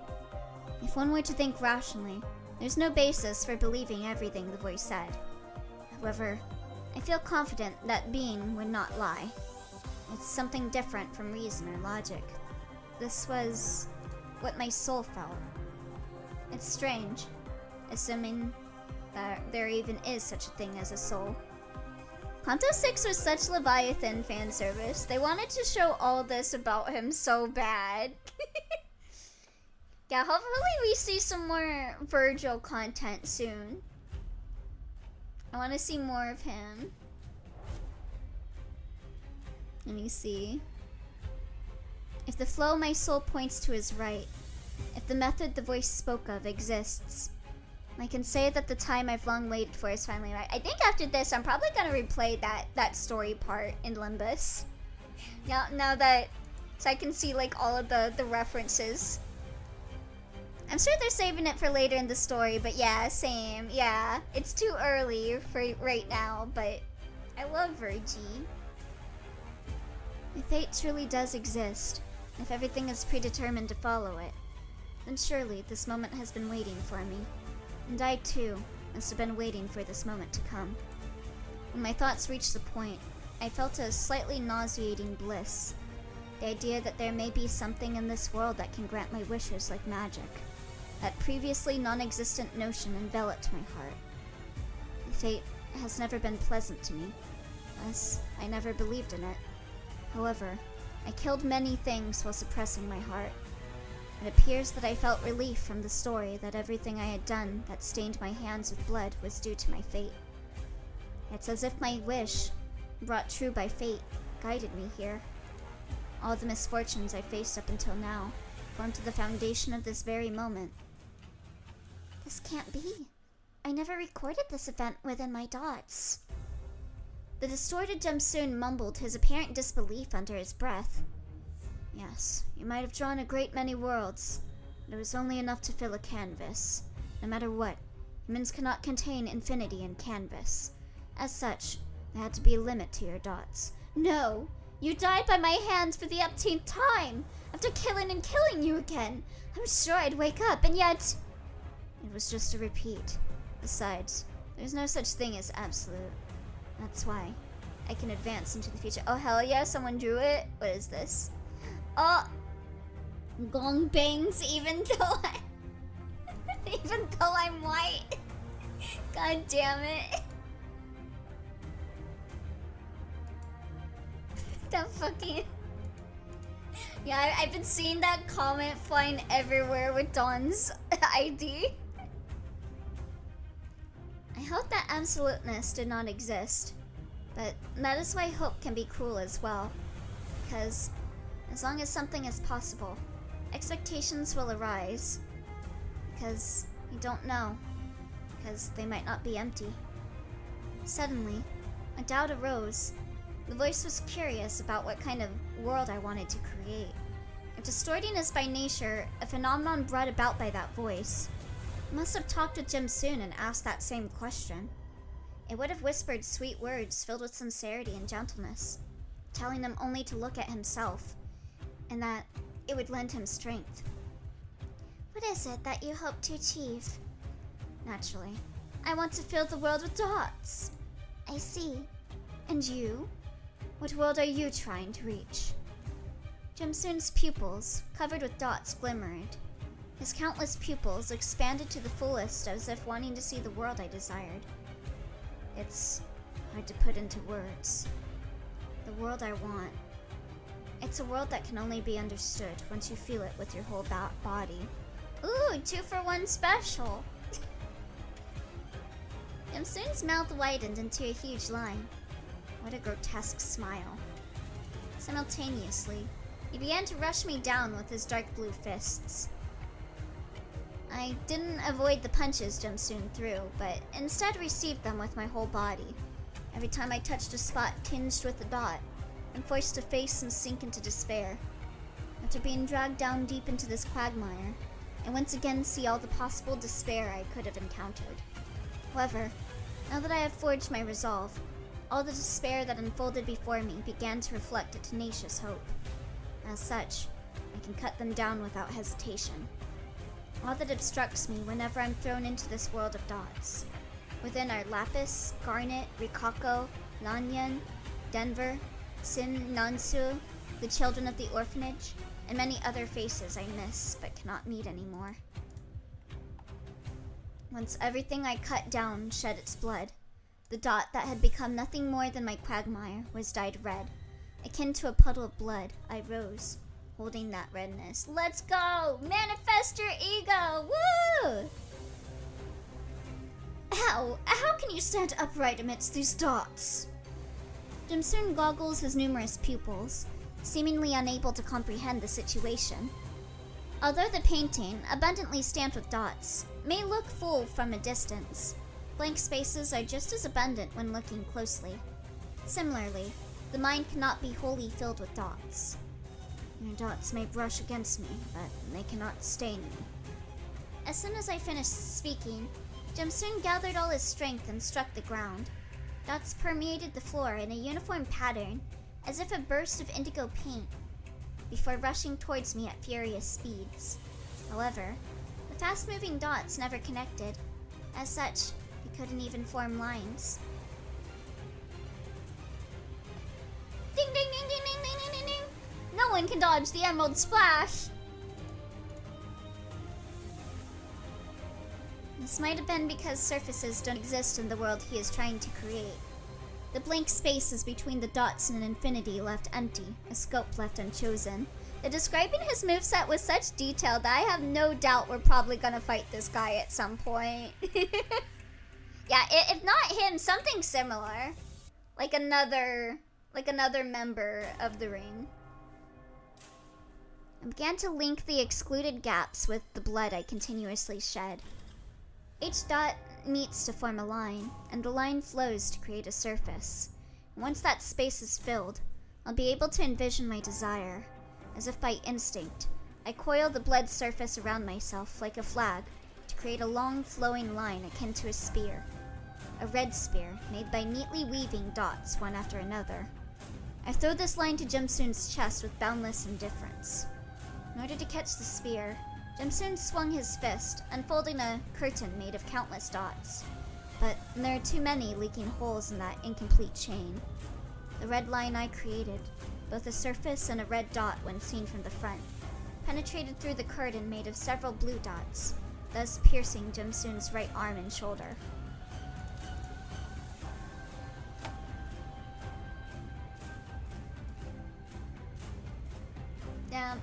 Can I wanna get this image and turn it, cause I feel like it would look cooler if you could see it horizontally.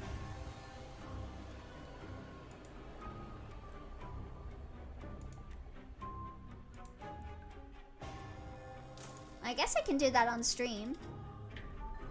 Let me see. Transform, rotate, otate.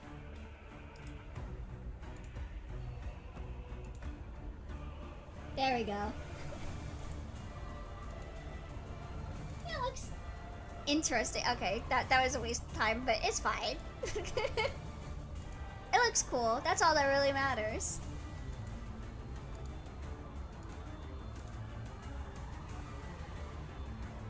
It reached completion with only a single dot. Alright, let me adjust this again.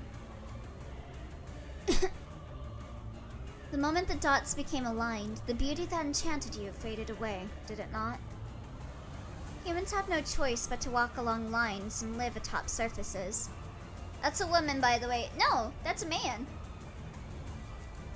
Project Moon character challenge failed. For the ones who advance, a dot is merely fleeting. Dots are just moments. Perhaps as time passed and the many moments of despair that came my way accumulated one by one, the instants that were mere dots formed a line, opening a path of possibility.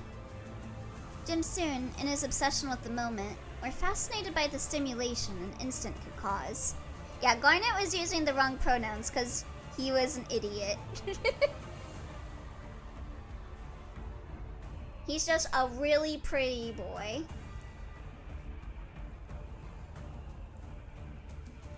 Yeah, Garnet thought she was a man. Huh? No, Garnet thought he was a girl. But nah, she's just too handsome. So did you? Yeah. Humans have no choice but to walk along lines and live atop surfaces. For the ones who advance, a dot is merely fleeting. Dots are just moments. Perhaps as time passed and the many moments of despair that came my way accumulated one by one, the instants that were mere dots formed a line, opening a path of possibility. Yeah, there's a TL about it in the Garnet section. The writing from Verg uses he. Verg's point of view, rather. Wasn't that character also in Distortion Detective, too? Jimsoon, in his obsession with the moment, was fascinated by the stimulation an instant would cause. Jimsoon. The 7 guy? No, not the 7 guy. Not that I know of. He couldn't break free from the moments that gave him the ecstasy of soaring without limits or the hopelessness of free-falling without knowing when he'll hit the floor. I could have swore... Maybe my head might be mixing the two together, I guess. Now that he knows the contradiction of the dot, he'll be dragged down towards the endless abyss, like the branches of a tree that had its roots dug up. According to the voice... Yeah, I've got no clue who you're talking about. I think my brain just had a brain moment. And I was like, oh yeah, this character was in Distortion Detective, right? No.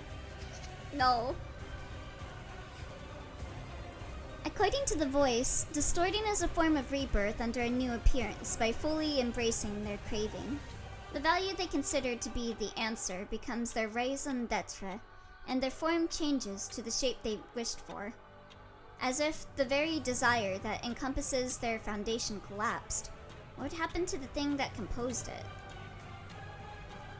If it cannot exist, it would only be right for them to melt down. Jimsoon stayed silent, and all his movements came to a standstill. Is he entering the egg once again?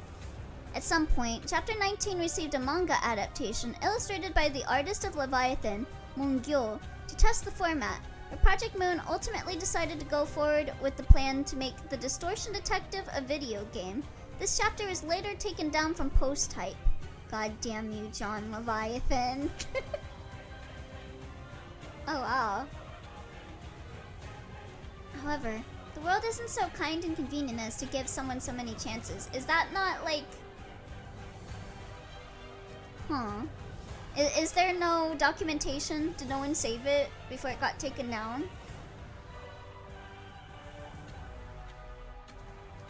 Leviathan is finished though? Dunno? However, the world isn't so kind and convenient as to give someone so many chances. Like with people of the city, it may seem friendly on the outside, but it is unspeakably cold inside. I was talking about Distortion Detective. Oh, okay. Which was absolutely not finished. Huh. I want to see that. Which chapter was chapter 19 in Distortion Detective again? Like, what battle was that?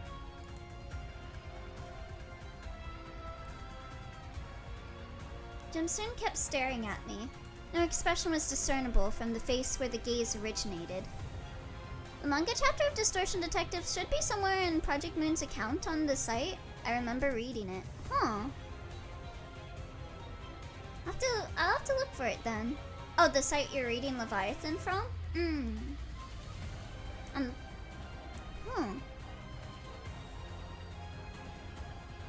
I'll have to take a look around then. I think it was Vespa's appearance. Oh, okay, that makes sense. Oh, hi there, Zerwin! Hello, welcome! Then a blue liquid began to burst out from Jimsoon's stomach. A machine arm wielding a saw blade divided Jimsoon's chest in half. Something stirred from within him. It wasn't a cocoon, an egg, or anything similar, but a completely alien form that had no point of contact with the series of dots that was the life of Jimsoon. YouTube, did you pause my playlist? Hate that. Limbus Company looks different. Yeah, this is a novel that's connected to Limbus Company. Oh God, he spawned Alice from Aliens. The thing which had begun to vigorously cleave and stretch Jimsoon's flesh made itself buoyant by dragging its huge size, too great to fit inside his body outward. It appeared to be an iron strongbox with saw blades attached to it. It also looked like a bizarre sculpture with several arms resembling bug legs emerging from it. Oh hey, it's you! It's Schadenfreude! Hi Schadenfreude!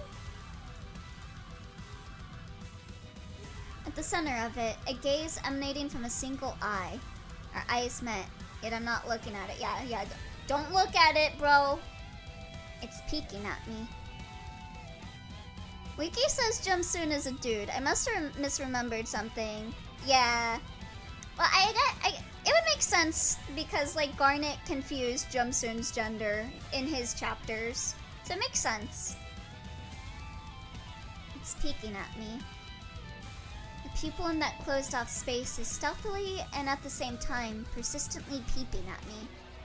Immediately, a pair of saw blades furiously spun and tried to cut me down with enough force to grind even the air. By reflex, I managed to block the saw blade with my sword. Perhaps it isn't correct to say I managed to block it.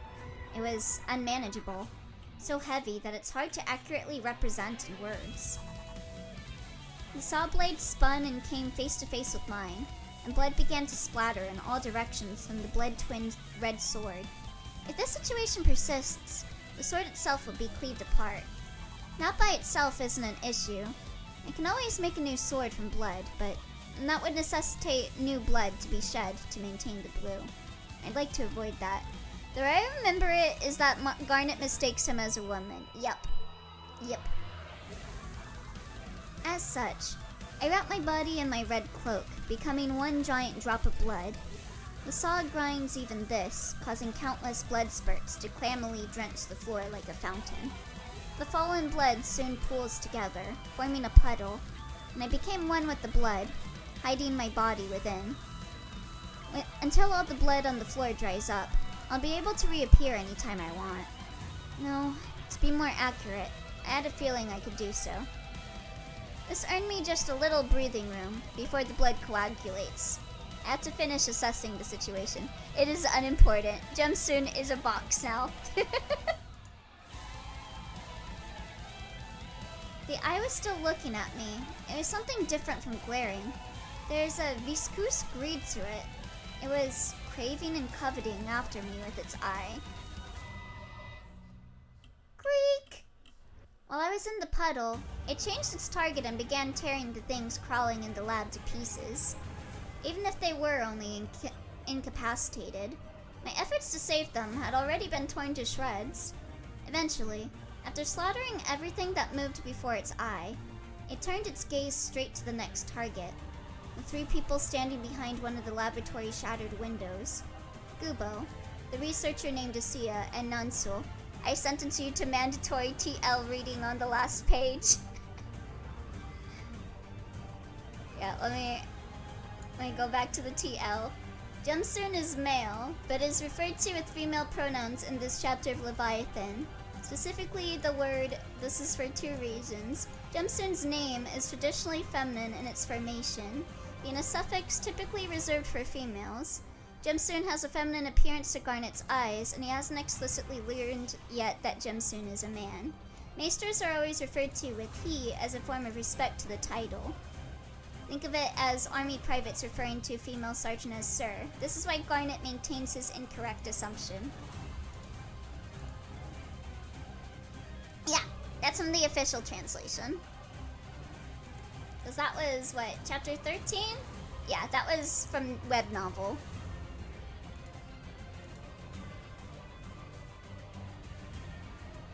While I was in the puddle, it changed its targets and began tearing the things crawling in the lab to pieces, even if they were only incapacitated. My efforts to save them had already been torn to shreds.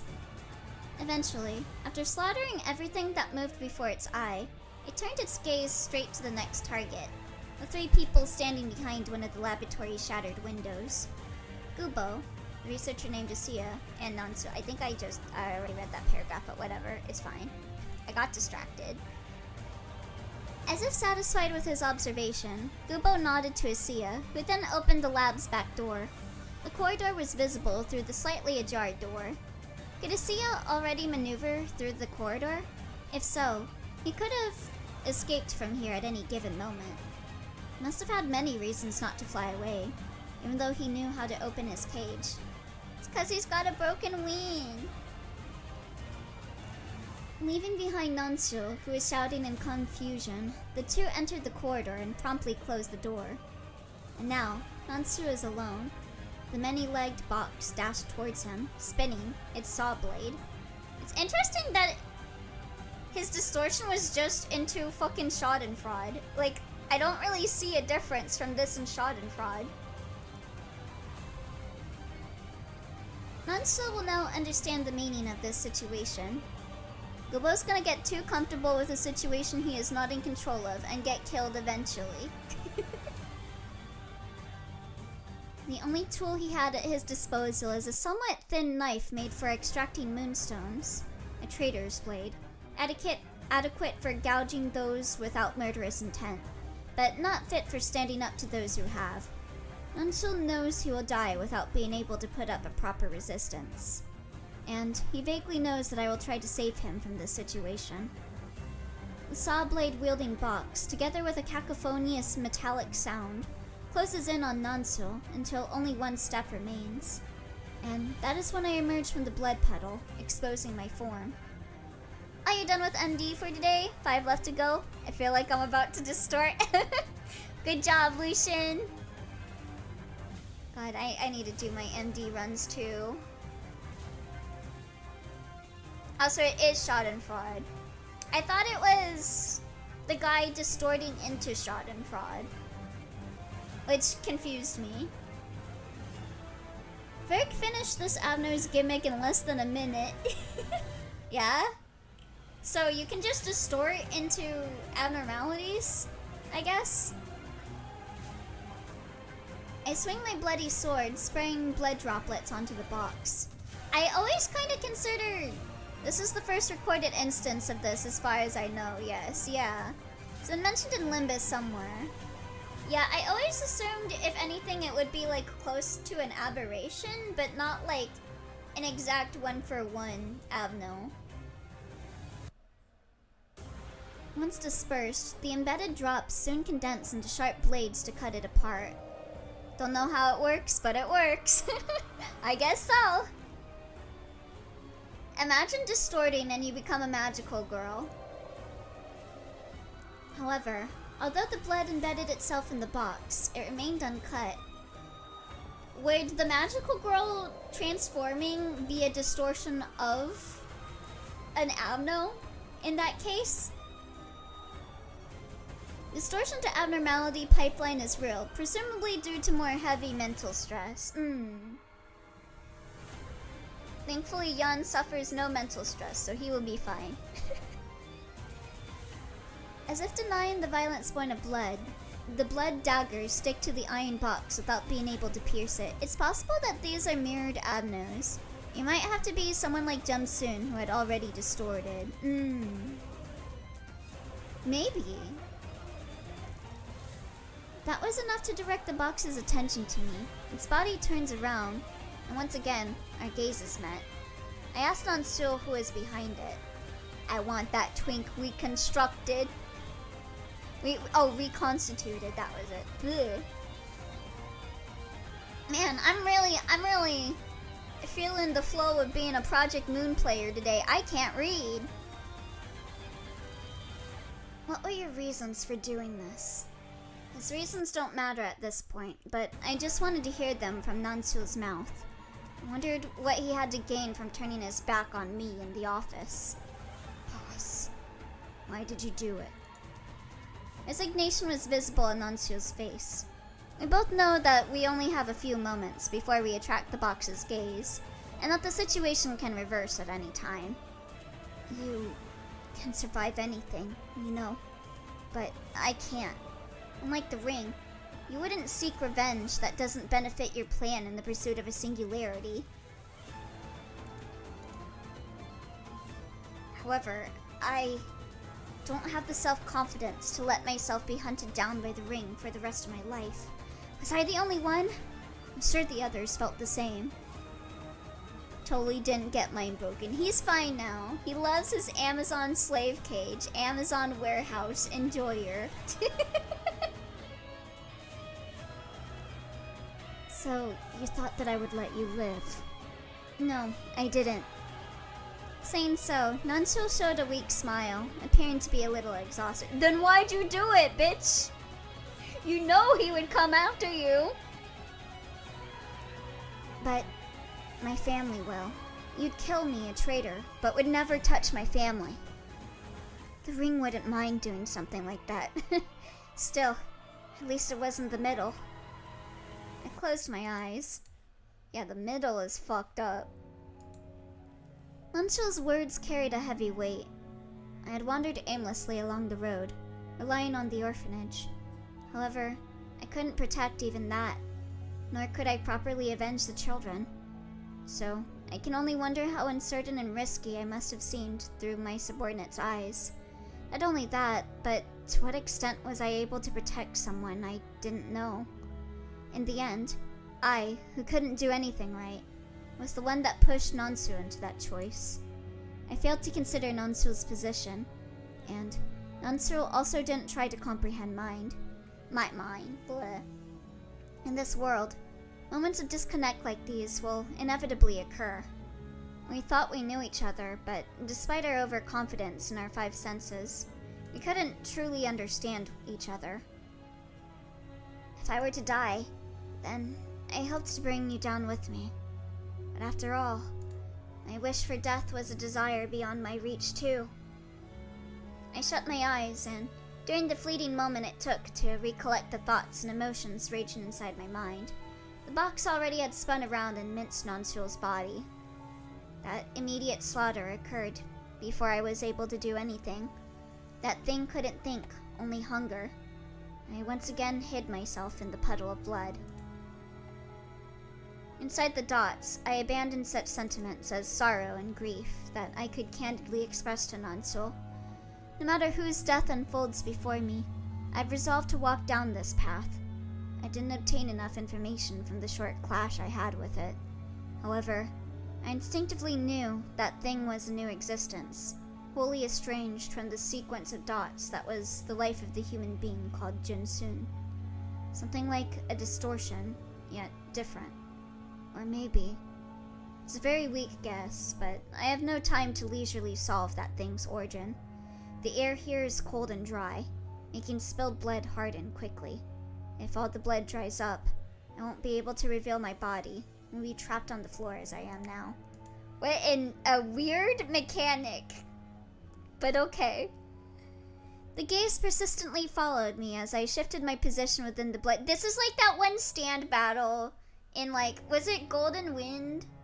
On the fucking train with the guy, or no, that wasn't on the train, but there was like a stand that could hide in like liquids and like hid in like a dude's tear ducts and like in blood and shit. Its pupils steadily chased me as if I knew for certain where I was inside the puddle. I don't have much blood left now in this unfamiliar yet new weapon and armor. I felt like I'll be unable to use this ability anymore if I run out of blood. And if that were to happen, I'd die vomiting out all of my blood. The Blowjob Brothers? Squallow and Tiziano? Yeah, I think so, yeah. Yeah, that episode. The... God. I forgot. I just like got a mental image of them in my head. They were so extra. I heard swallow instead of squallow and I was like, huh? I had to Google their names. Yeah, the fish one, yeah. Yeah, the fish stand. That was a good episode. Honestly. What was the stand's name? Like Clash or something? Yeah, they were kinda fruity. They were kind of fruity. They were really fruity. I only remember them as the Blowjob Brothers. Clash and Talking Heads. Yeah. Yeah, they were good roommates. They're really good roommates. So no head? Thus, I have to finalize my judgment before the blood dries up. As that thing emerged from a distortion, it cannot have a completely different nature from them. Therefore, its existence as a being consumed by, and that behaves according to its desire has, in the end, remained unchanged. That, from the beginning, may have been yet another facet of the distortions. However, I still have no solid information about any of this, only vague guesses. I have no other choice than to amass what little information I have and grope my way forward. It should have been a strenuous task to locate my position within the blood, in a general sense, but even inside the puddle, that thing maintains eye contact with me. Also, during the brief moment I closed my eyes, the box moved from behind me to kill Nonstro. As such, what that eye longs for is another's gaze. Is this just straight up its Avno image from Lobotomy Corporation? It looks like it. Yeah. Alright, final part.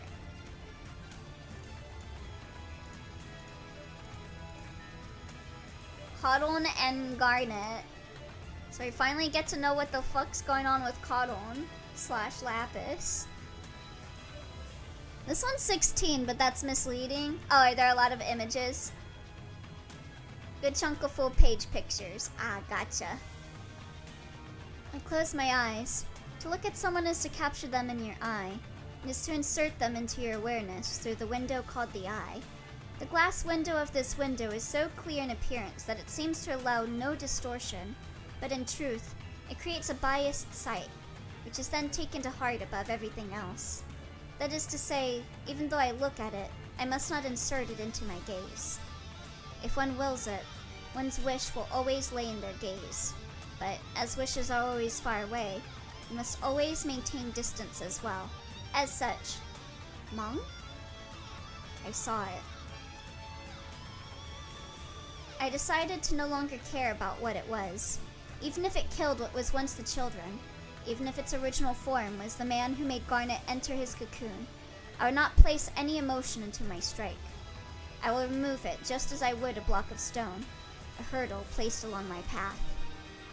I still had my eyes closed, so, by my series of deductions, it should have stayed still because it would only have moved if I looked at it. Oh, excellent observation! However, it didn't. It had moved to somewhere else. Is there still something in this place that can hold that thing in its eyes? There should be no surviving people here, however, so there shouldn't be any gazes. I heard the disordered noise of saw blades and the sound of something solid like a jewel shattering into tiny pieces. Yes, like the jewel— oh no, Garnet! Like the jewel Garnet was cocooned in. Clink! I heard the sound of what the voice had called an egg being broken apart. The sounds of that huge crystal cracking and shattering went over in an instant. Only after that did it stop moving, and silence again descended upon the laboratory. Garnet had been watching everything. In that opaque and solitary space, he watched the outside, always in a struggle to hatch. I slowly walked towards it, my eyes shut. I felt the shaking of the muscles of my closed eyes and sword gripping hand. I took some steps, neither few nor many, until I felt I was standing right in front of it. Until a while ago, I believed I could cut that thing down without emotion. If I were to attack with my blood-drenched weapon like this, I would be able to cut it as if only empty air was there. However, I adamantly wanted to see its form struggling in pain, and so I chose to capture it in my gaze. You fool! I opened my eyes. Soon after, I saw its machinery activate and its open pupil from the gap in the box. Immediately, a mechanical arm bearing a saw blade flew in. Something blunt was needed to catch it. For that sake, I strained my heart to coil the Mong. The blade cloak, worn with resentment, was sturdier than before, but the indiscriminate gyration of the saw blade forced the blade to shed and burst. But I must bear it. I allowed what little blood I had left to gush out to endure this brutality. Very nice art. I put my hands in the cold metal box and looked it straight in the eye, hidden deep within. What are you looking at that makes you so pleased? And before my blood could run out and fall apart, two Mong, thirst. The Mong spurred my thirst for the blood I was to spill, so I jabbed my blade deep into the box. The gazes, the people, the destiny that had until now merely observed the suffering of my life. As if cursing everything in this world, I poured out all of my strength I could muster into it. The blade of blood, embedded into its eye, took on a sporadically pointed shape akin to a mass of thorns. This form was not of a sword meant to kill, but of a tool that purely inflicted pain. As if something broke in my head, I ceaselessly thrust the stake-like thorn sword into its eye socket. I couldn't protect anything, and I may never be able to. That eye peered as if it could see my whole life, from past to present.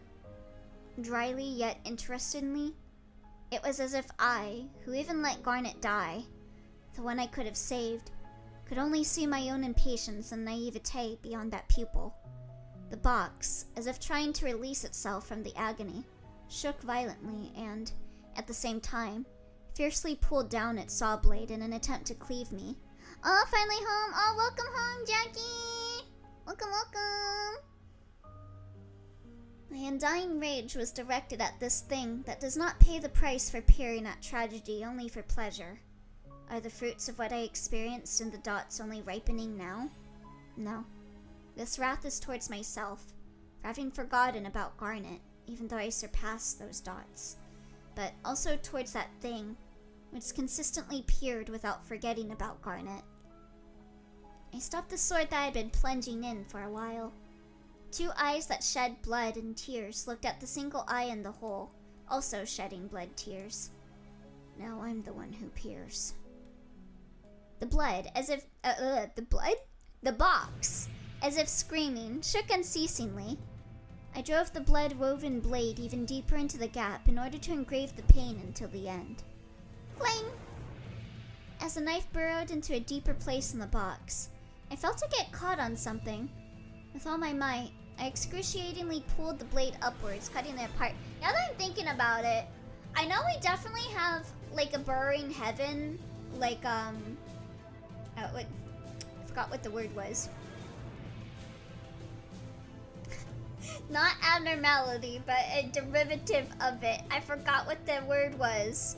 We have a burrowing heaven one of those in Limbus, but I don't think we have a Schadenfreude one yet. So maybe we really will get, like, Schadenfreude fighting, like, the ring.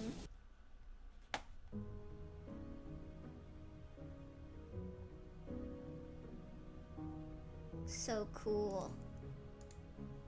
Yeah, aberration, that was the word. We haven't seen the Schadenfreude aberration yet, I don't think. I mean, I guess Burning Heaven's aberration is technically kind of like...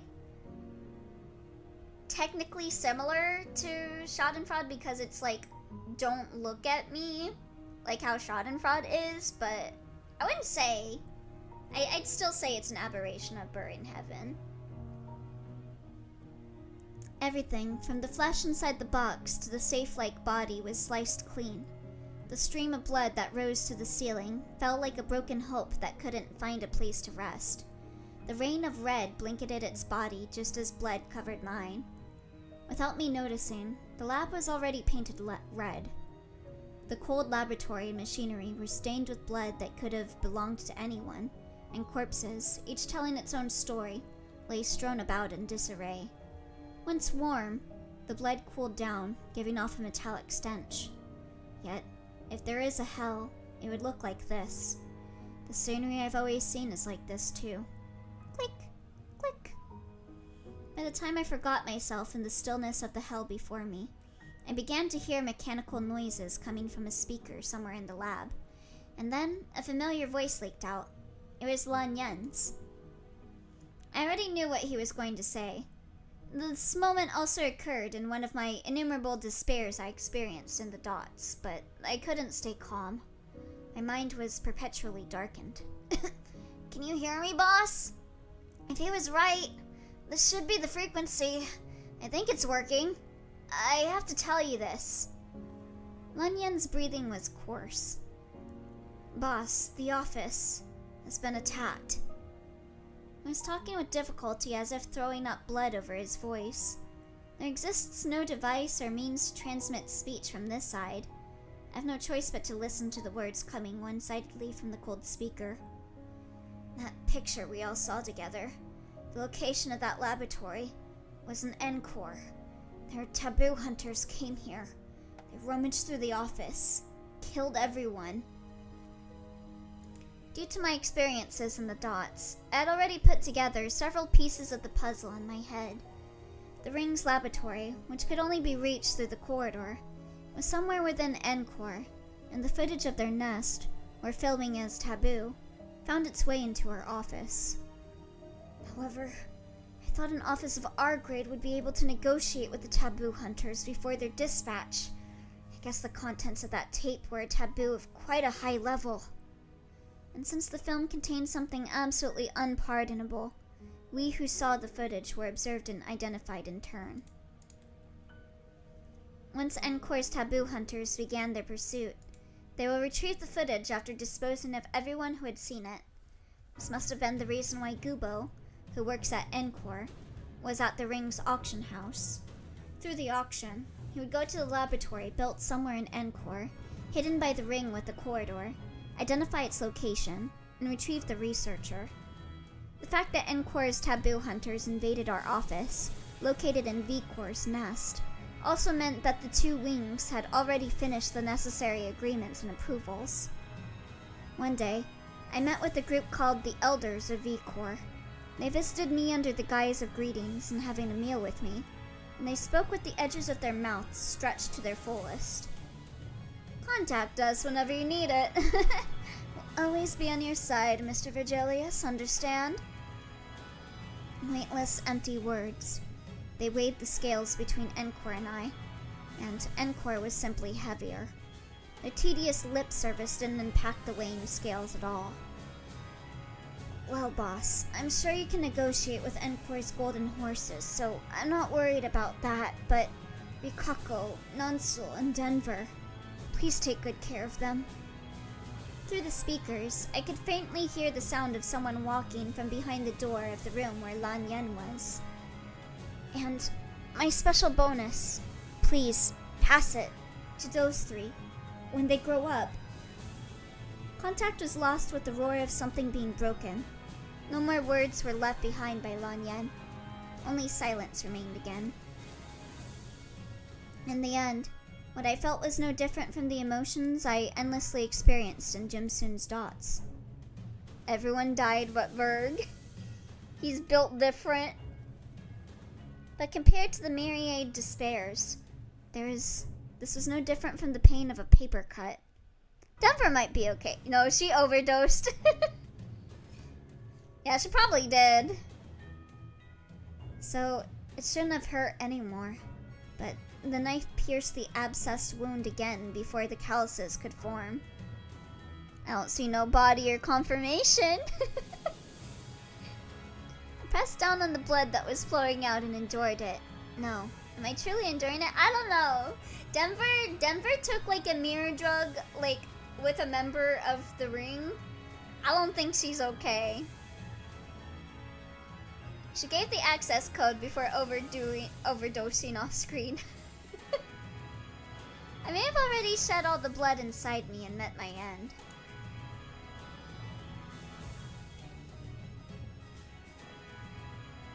Is it like combining with him? After cutting that thing down, a small safe-like box had been left in front of me. I stood before the unmoving box and quietly stared down at it. No, Dumby. Egg. I'm no egg. What kind of monster doesn't die or disappear but leaves behind something like this? I left the box there and began to take the next step. Now that I've lost everything, I have to leave this place. Cut everything down in my path and go to where I need to go. This might be why we have not seen Schadenfreude yet. Yeah. It'll be big when Schadenfreude comes in. If it's been egged already. Well, I mean, doesn't after like a certain amount of time, don't they hatch from their eggs anyway? So we can still get shoddy. Because the city needs to be punished. How ironic. Now that I've lost everything, that man who suffered the same came to mind. Hey, you're still living the simple life? You got a color, so why not try doing something that brings a little more money? It seems marriage was worth it. Does it look that way? The blade looks duller than when we first met. Now you do that odd laughter mixed in. It's quite unpleasant. Guess we know what we're doing next yearly checkup. I guess that's obvious. Truth is, even back when I wore my mask in front of you, I felt like you could see through me. That pressure in your eyes still hasn't changed. If someone heard this, they'd think we've met often. We've only worked together during the Blood Red Knight case, right? Well, that incident did drag on for way too long. I mean, honestly, being in some ass end of nowhere corridor and everyone around here is dead, nobody's probably looking at him even if he popped back out. Despite calling my gaze a pressure, he was one of the few people that would casually directly look at me. That man, previously so busy with hiding behind a mask and suppressing himself, now had become so sly he could show his face and talk freely and at length by himself. Oh, he's probably just a regular grade 9 fixer, right? Yeah, that is a certain grade 9 fixer. Why are you living in District 9 when you could have gone to another nest? Well, the nests we hoped to enter rejected us, but my wife likes it here, so never could have guessed. Yeah, definitely wasn't any sign of that. A mask? Who else wears a mask? In many cases, fixers who have reached a certain grade are denied migration to nests based on past requests, performance, or contracts. Conversely, this means that others are more eager to let high-grade fixers into their nest. You know how it is. If you set your mind to it, you can enter a nest, but it's really important which nest you get into. And even there, you have to find a good location. Then a house with the options you like, so you can't move in that easily. Plus, you have to consider the price of the house, which has been going up, and the schools in the area, as they'll become important later on. So that's why people say that once you enter a nest, it's hard to move out without a special reason. I have a lot to say about it, as much as you desire it. Yeah, I'm a little greedy. So, what's your desire? People who've risen to a certain status always want at least one thing, because that's how they crawled their way up. Yeah, it's not that important to move into a nest. Clearly nothing bad could happen. No piano-induced injuries that might occur. Those who wanted to rise above the city had to do everything in their power. It takes a desire that shields one against vice to climb up the cliff, as one wrong step would likely result in a fall. Didn't you say this was your last job? Yep, it's almost time we get going. Come to think of it, it's pretty crazy that I'm gonna do my last job with you. Wouldn't hurt to tell you at this occasion then. Unwittingly, I lightly spoke out the desires and world I had pictured in my mind. At our first meeting, he seemed to abhor everything he saw, such that he would bow his head and hide his face from the world. It's as if he was trying to bear the sins of the city. Was that why I thought he had what it took to understand my world? Seriously? Yes. That's unexpected. I don't understand why everyone who gets a color ends up having a screw loose without exception. Forget it. You just think of it as an insincere joke either way. Well, yeah, but considering it's you, it might not be impossible. A long pause of silence. A black silence, you might even say. But don't take everything so seriously. That's that, and this is this. He said the thing! I looked at him quietly, smiling. I can't say I know you well, but I don't think those words suit you. I see. You're exhausted as well. Or rather, did your initiative reach its end there? Not wanting to use my eyes any further, I stopped them again, and we executed our request. Only real Lolan heads will recognize this phrase. Lolan. How long had it been since that day? The city had become brimmed with light and darkness for quite some time. The sound of a piano had also echoed far and wide for a while. Lolan! My god, it's the Black Silence! By the time I myself realized it, something was already speaking to me in my darkened room. Red gaze. Were you involved in this incident? His voice, which I hadn't heard in a long time, held spiteful malice and murderous intentions. Together with it came a foul stench of blood. I did not notice such a dark presence because of the intense patience of the intruder, who was capable of perfectly concealing it all in the shadows. Black Silence. You didn't ask for permission as usual. I felt as if I could see tear-filled eyes beyond his mask. I've been informed of what happened, and I feel sorry for it, but I'm also curious as to why you believe I was involved in that. You feel sorry? Quit it with this worthless speech. My sympathetic feelings were genuine, but it's also true that my words had no worth. There is no words of comfort in this world that I can offer to this person. Grief and sorrow are his to bear, and nothing can replace them. The same applies to me. The real loiners. The real loiners of Ruina. As such, there's nothing either of us can do about it. Any words we'll exchange hereafter will not be words meant to touch the heart. Now this one, depending on what I say, will try to murder me immediately, and when he does, I must do my best to defend myself and slay him in turn. I must consider all such possibilities and choose my words and actions carefully, as if I had a starved, ravenous beast in front of me. Red Gaze, you once told me about the world you desired. It's because of that conversation we've had in the past that I'll point out that you've got it completely wrong. That slip of the tongue. Was he able to understand the wish laden in those words? It was nothing more than a dream I once had. I can't even begin to put it into practice. It's merely an ideal.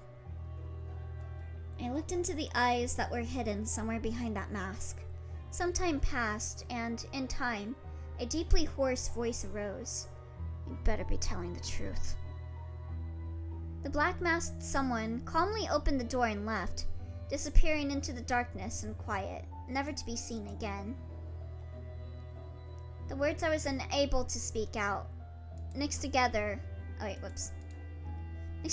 the still stirring bloodlust in the air, whirled around in my throat. I forgot his nickname was Black Silence, considering he never shuts the fuck up. Oh, my YouTube playlist paused. Yeah, he's a yapper. If such a world really came to pass, even you as you are now would be at peace. I could have sworn Verg confirmed Roland isn't Black Silence here? Eh? The silence of that time, which appeared as if an uninvited guest, raised a valid point. The time to create such a world has arrived. Shing! Technically, Angelica was the actual Black Silence, but he took up the mantle after the pianist incident.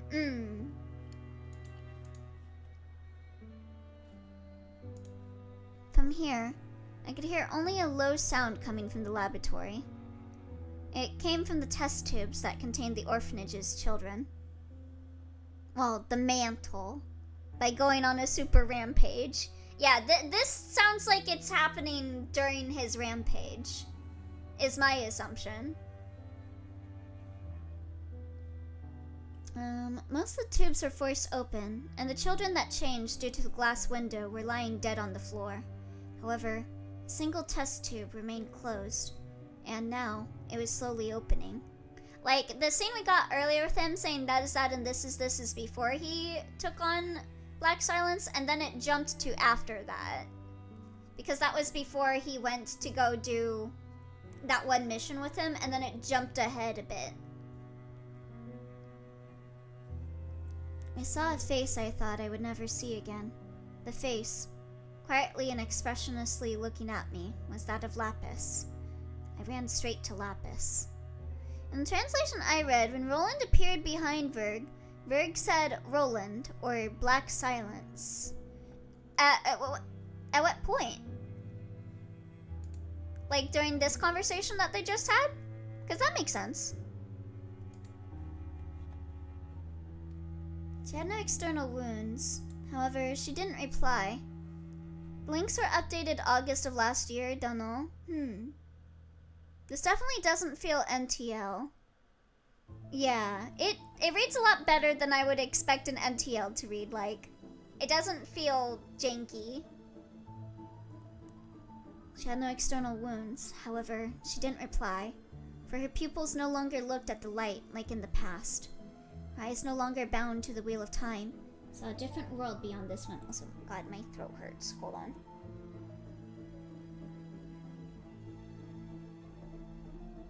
I think he would say that to indicate that he was no longer the Roland he knew, that he had turned into someone else. Yeah. Wouldn't surprise me if something like that might have got TL'd out, because it reads weird and also could spoil Ruina if you bumble into this before playing it somehow. Lapis. I'm not Lapis. My name's Karon.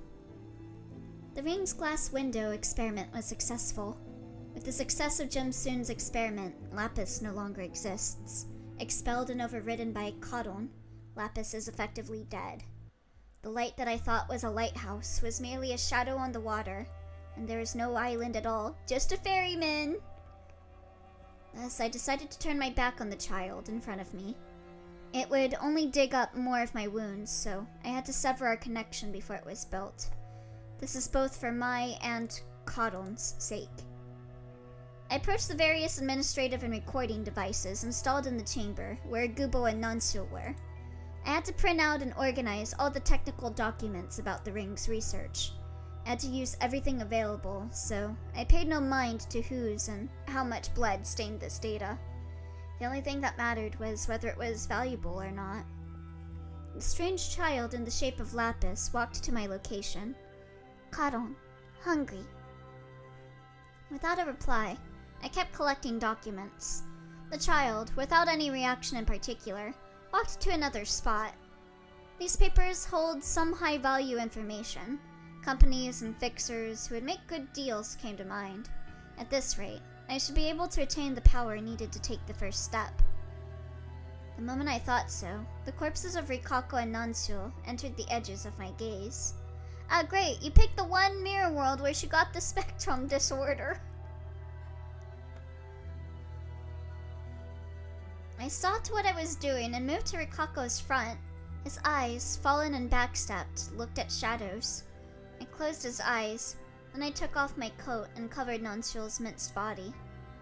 And before I realized it, Karon was observing me. What are you doing? Karon found this shiny thing. It's warm.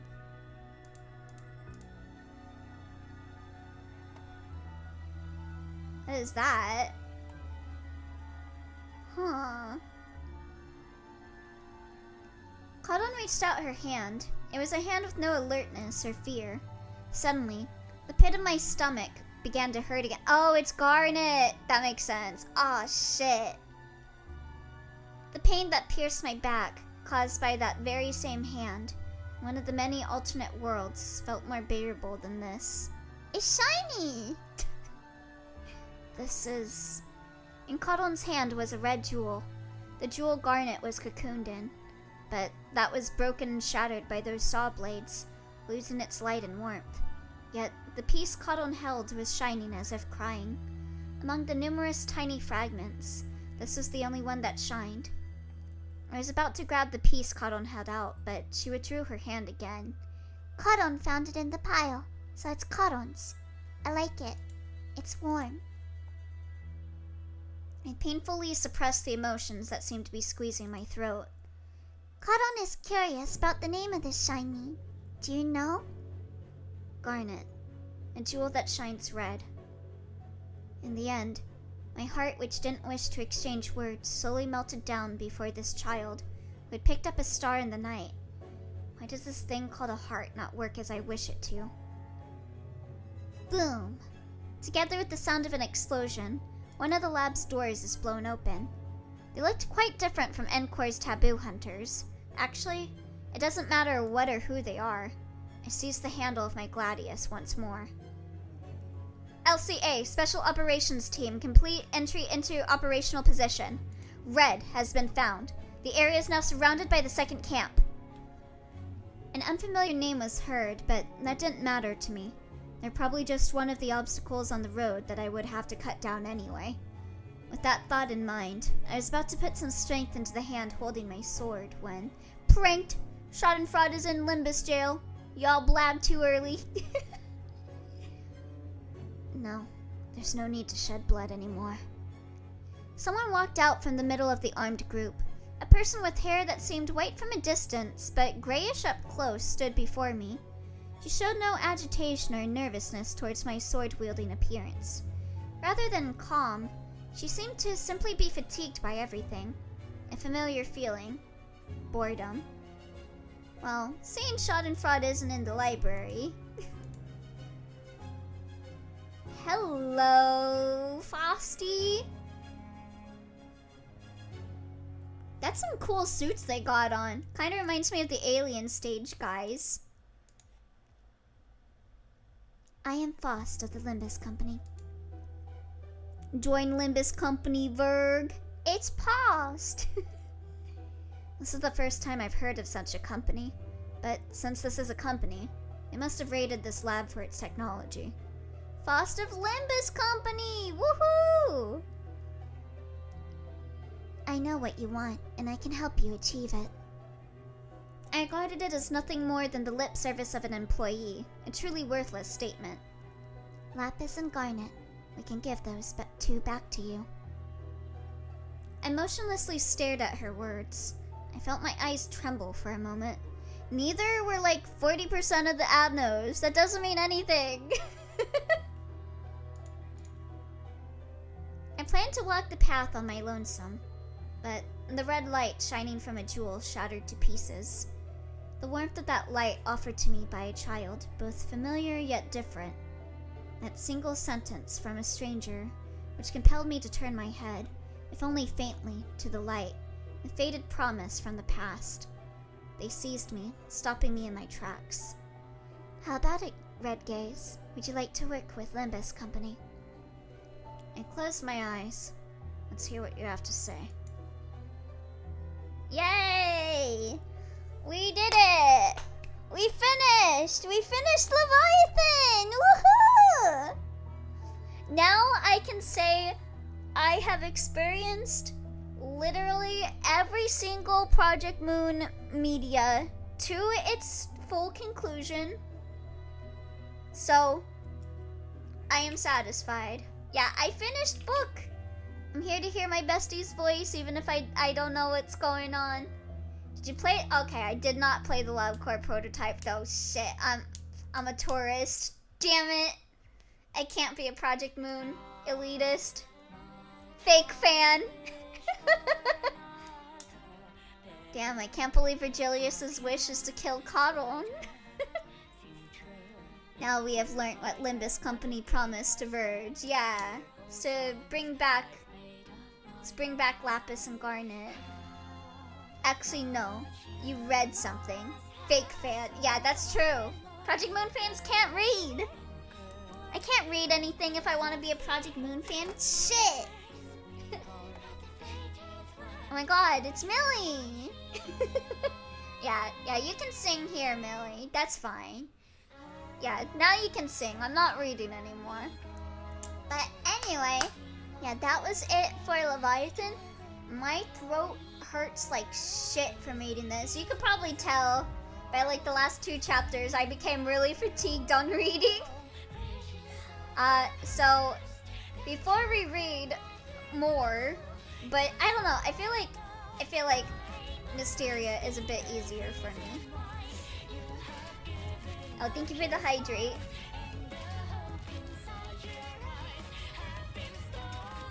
Leviathan is a pretty cool read. I wonder if they're ever gonna animate pieces of it now that they have mad money. Oh, maybe they could make an anime of it. Maybe that's what El Director wants to do. Leviathan anime, let's go! But anyway, I'm gonna go on a BRB for a bit. I am gonna eat some stuff, get myself some more water for my throat, maybe read some Mystic Messenger chats, and then I will be back with finishing Holmes's route in Mysteria. Maybe you can switch up games to give your throat a bit of a rest. It's fine. Mysteria's never given me any issues. It's okay. I just need a break. I just need like a couple minutes to rest my voice. Then I'll be back to good. You're still playing Mystic Messenger? Yep. I'm on Jaehee's route now. Have a good night. Thank you, Alicia. Alright, I will see you guys in a bit. We'll probably have a bit of a longer break just to give my voice some rest. But I'll see you guys soon.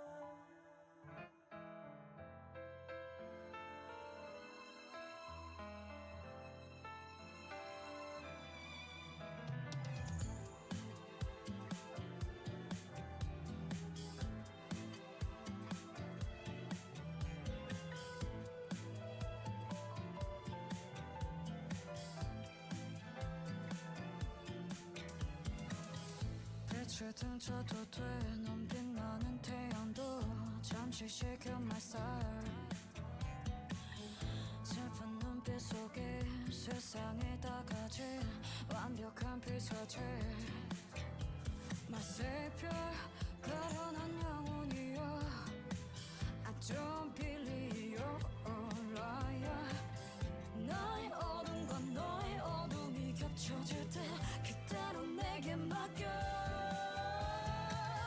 Ruler of my heart Ruler of my heart Ruler of my heart 영원히 아름다워 Ruler of my heart Ruler of my heart Ruler of my heart 끝이 없는 the world 낯이 없는 추억 한순간에 무너뜨리 눈이 멀어지고 들리지가 않아 부서진 my world My savior 가련한 여인이여 Make me your God I can give you everything 나의 어둠과 너의 어둠이 겹쳐질 때 그대로 내게 맡겨 Ruler of my heart Ruler of my heart Ruler of my heart 영원히 아름다워 Ruler of my heart Ruler of my heart Ruler of my heart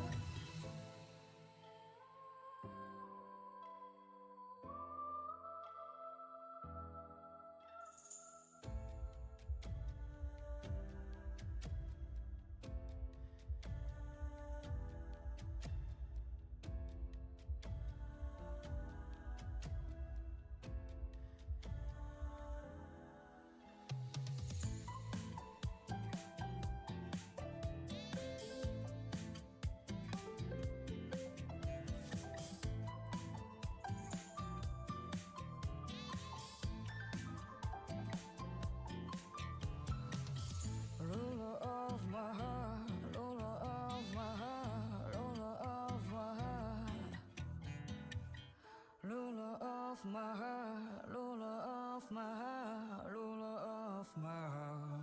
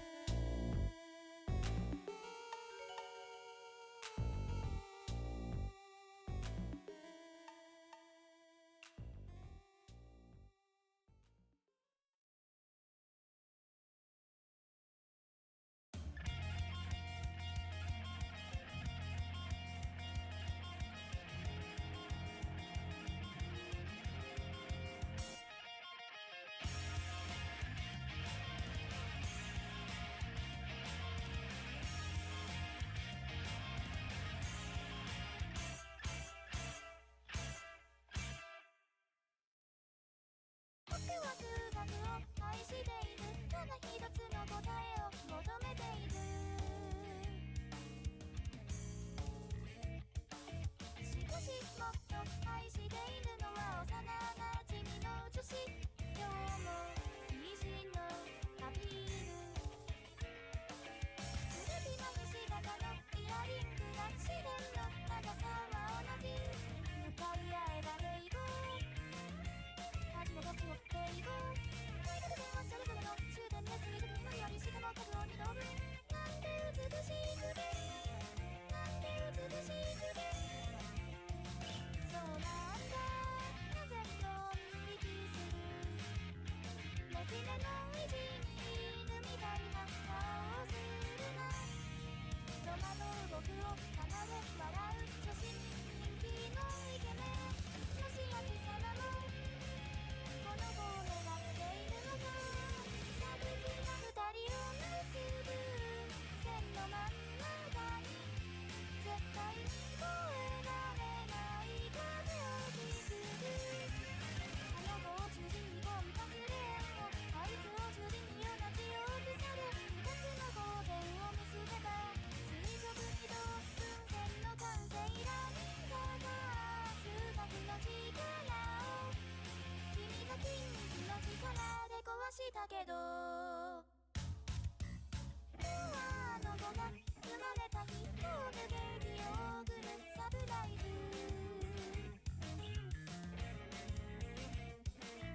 自分で8割食べちゃった点を除けば完璧なプレゼント。完璧なプレゼント。半分こしよう、そっけなく気になる。僕は8割食べたからもういい。でもまた7度僕の数学力を目指さすとすると、君は差し詰め免疫を放つ上かわいい虫。サブズが二等分などどこに一緒に泳げるからまあ逃げるほどたやすいのだ。どんだりを中心に円を僕の5点から同じ大きさで、その5点とどんだりを結べば角の二等分線の完成ラゲビはもうぐちゃぐちゃだから、君は浮かない顔してるけど。やっちまった、数学のせいで嫌われる一方。昔はよかった、手をつないで写真も撮った。赤い糸なんて曖昧なものではなく、確かな線分で結ばれてると思ってた。サグズだ思い出の写真真っ二つにして、この恋をきっぱりゼロにしてしまおう。線分上の手を中心に円を、一つの5点から同じ大きさで、その5点と手を結べば水線でお別れがすべた写真。それを目にしたあの子は泣き出しそうな顔で走り去った。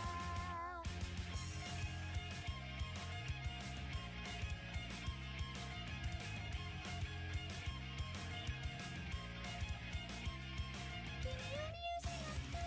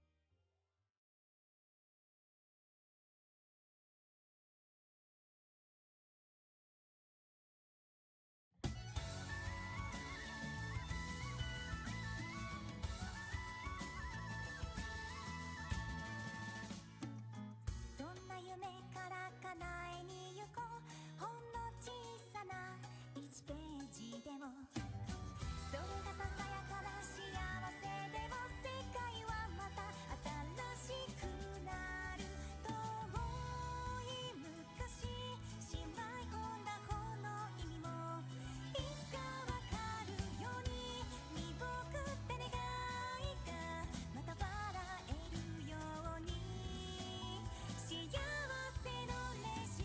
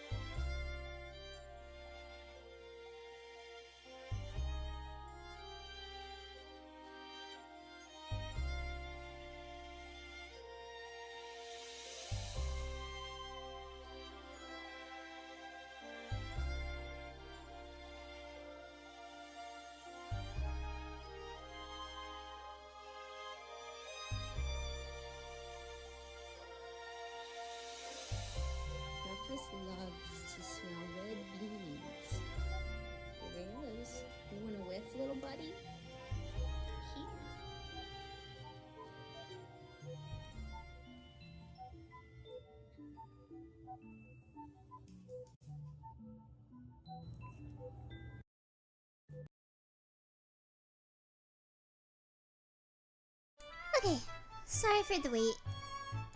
Blah, blah, blah, blah.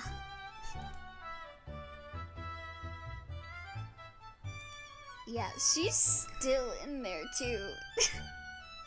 God. Hi. We're gonna be playing Mysteria now. So I will be going offline for a few seconds to separate the VODs. But I will be right back. So I will see you guys in a bit. Hi, Bob. It's all good, yeah. It took some time. And so I'm all good now. My throat is all watered too now. So it's not like...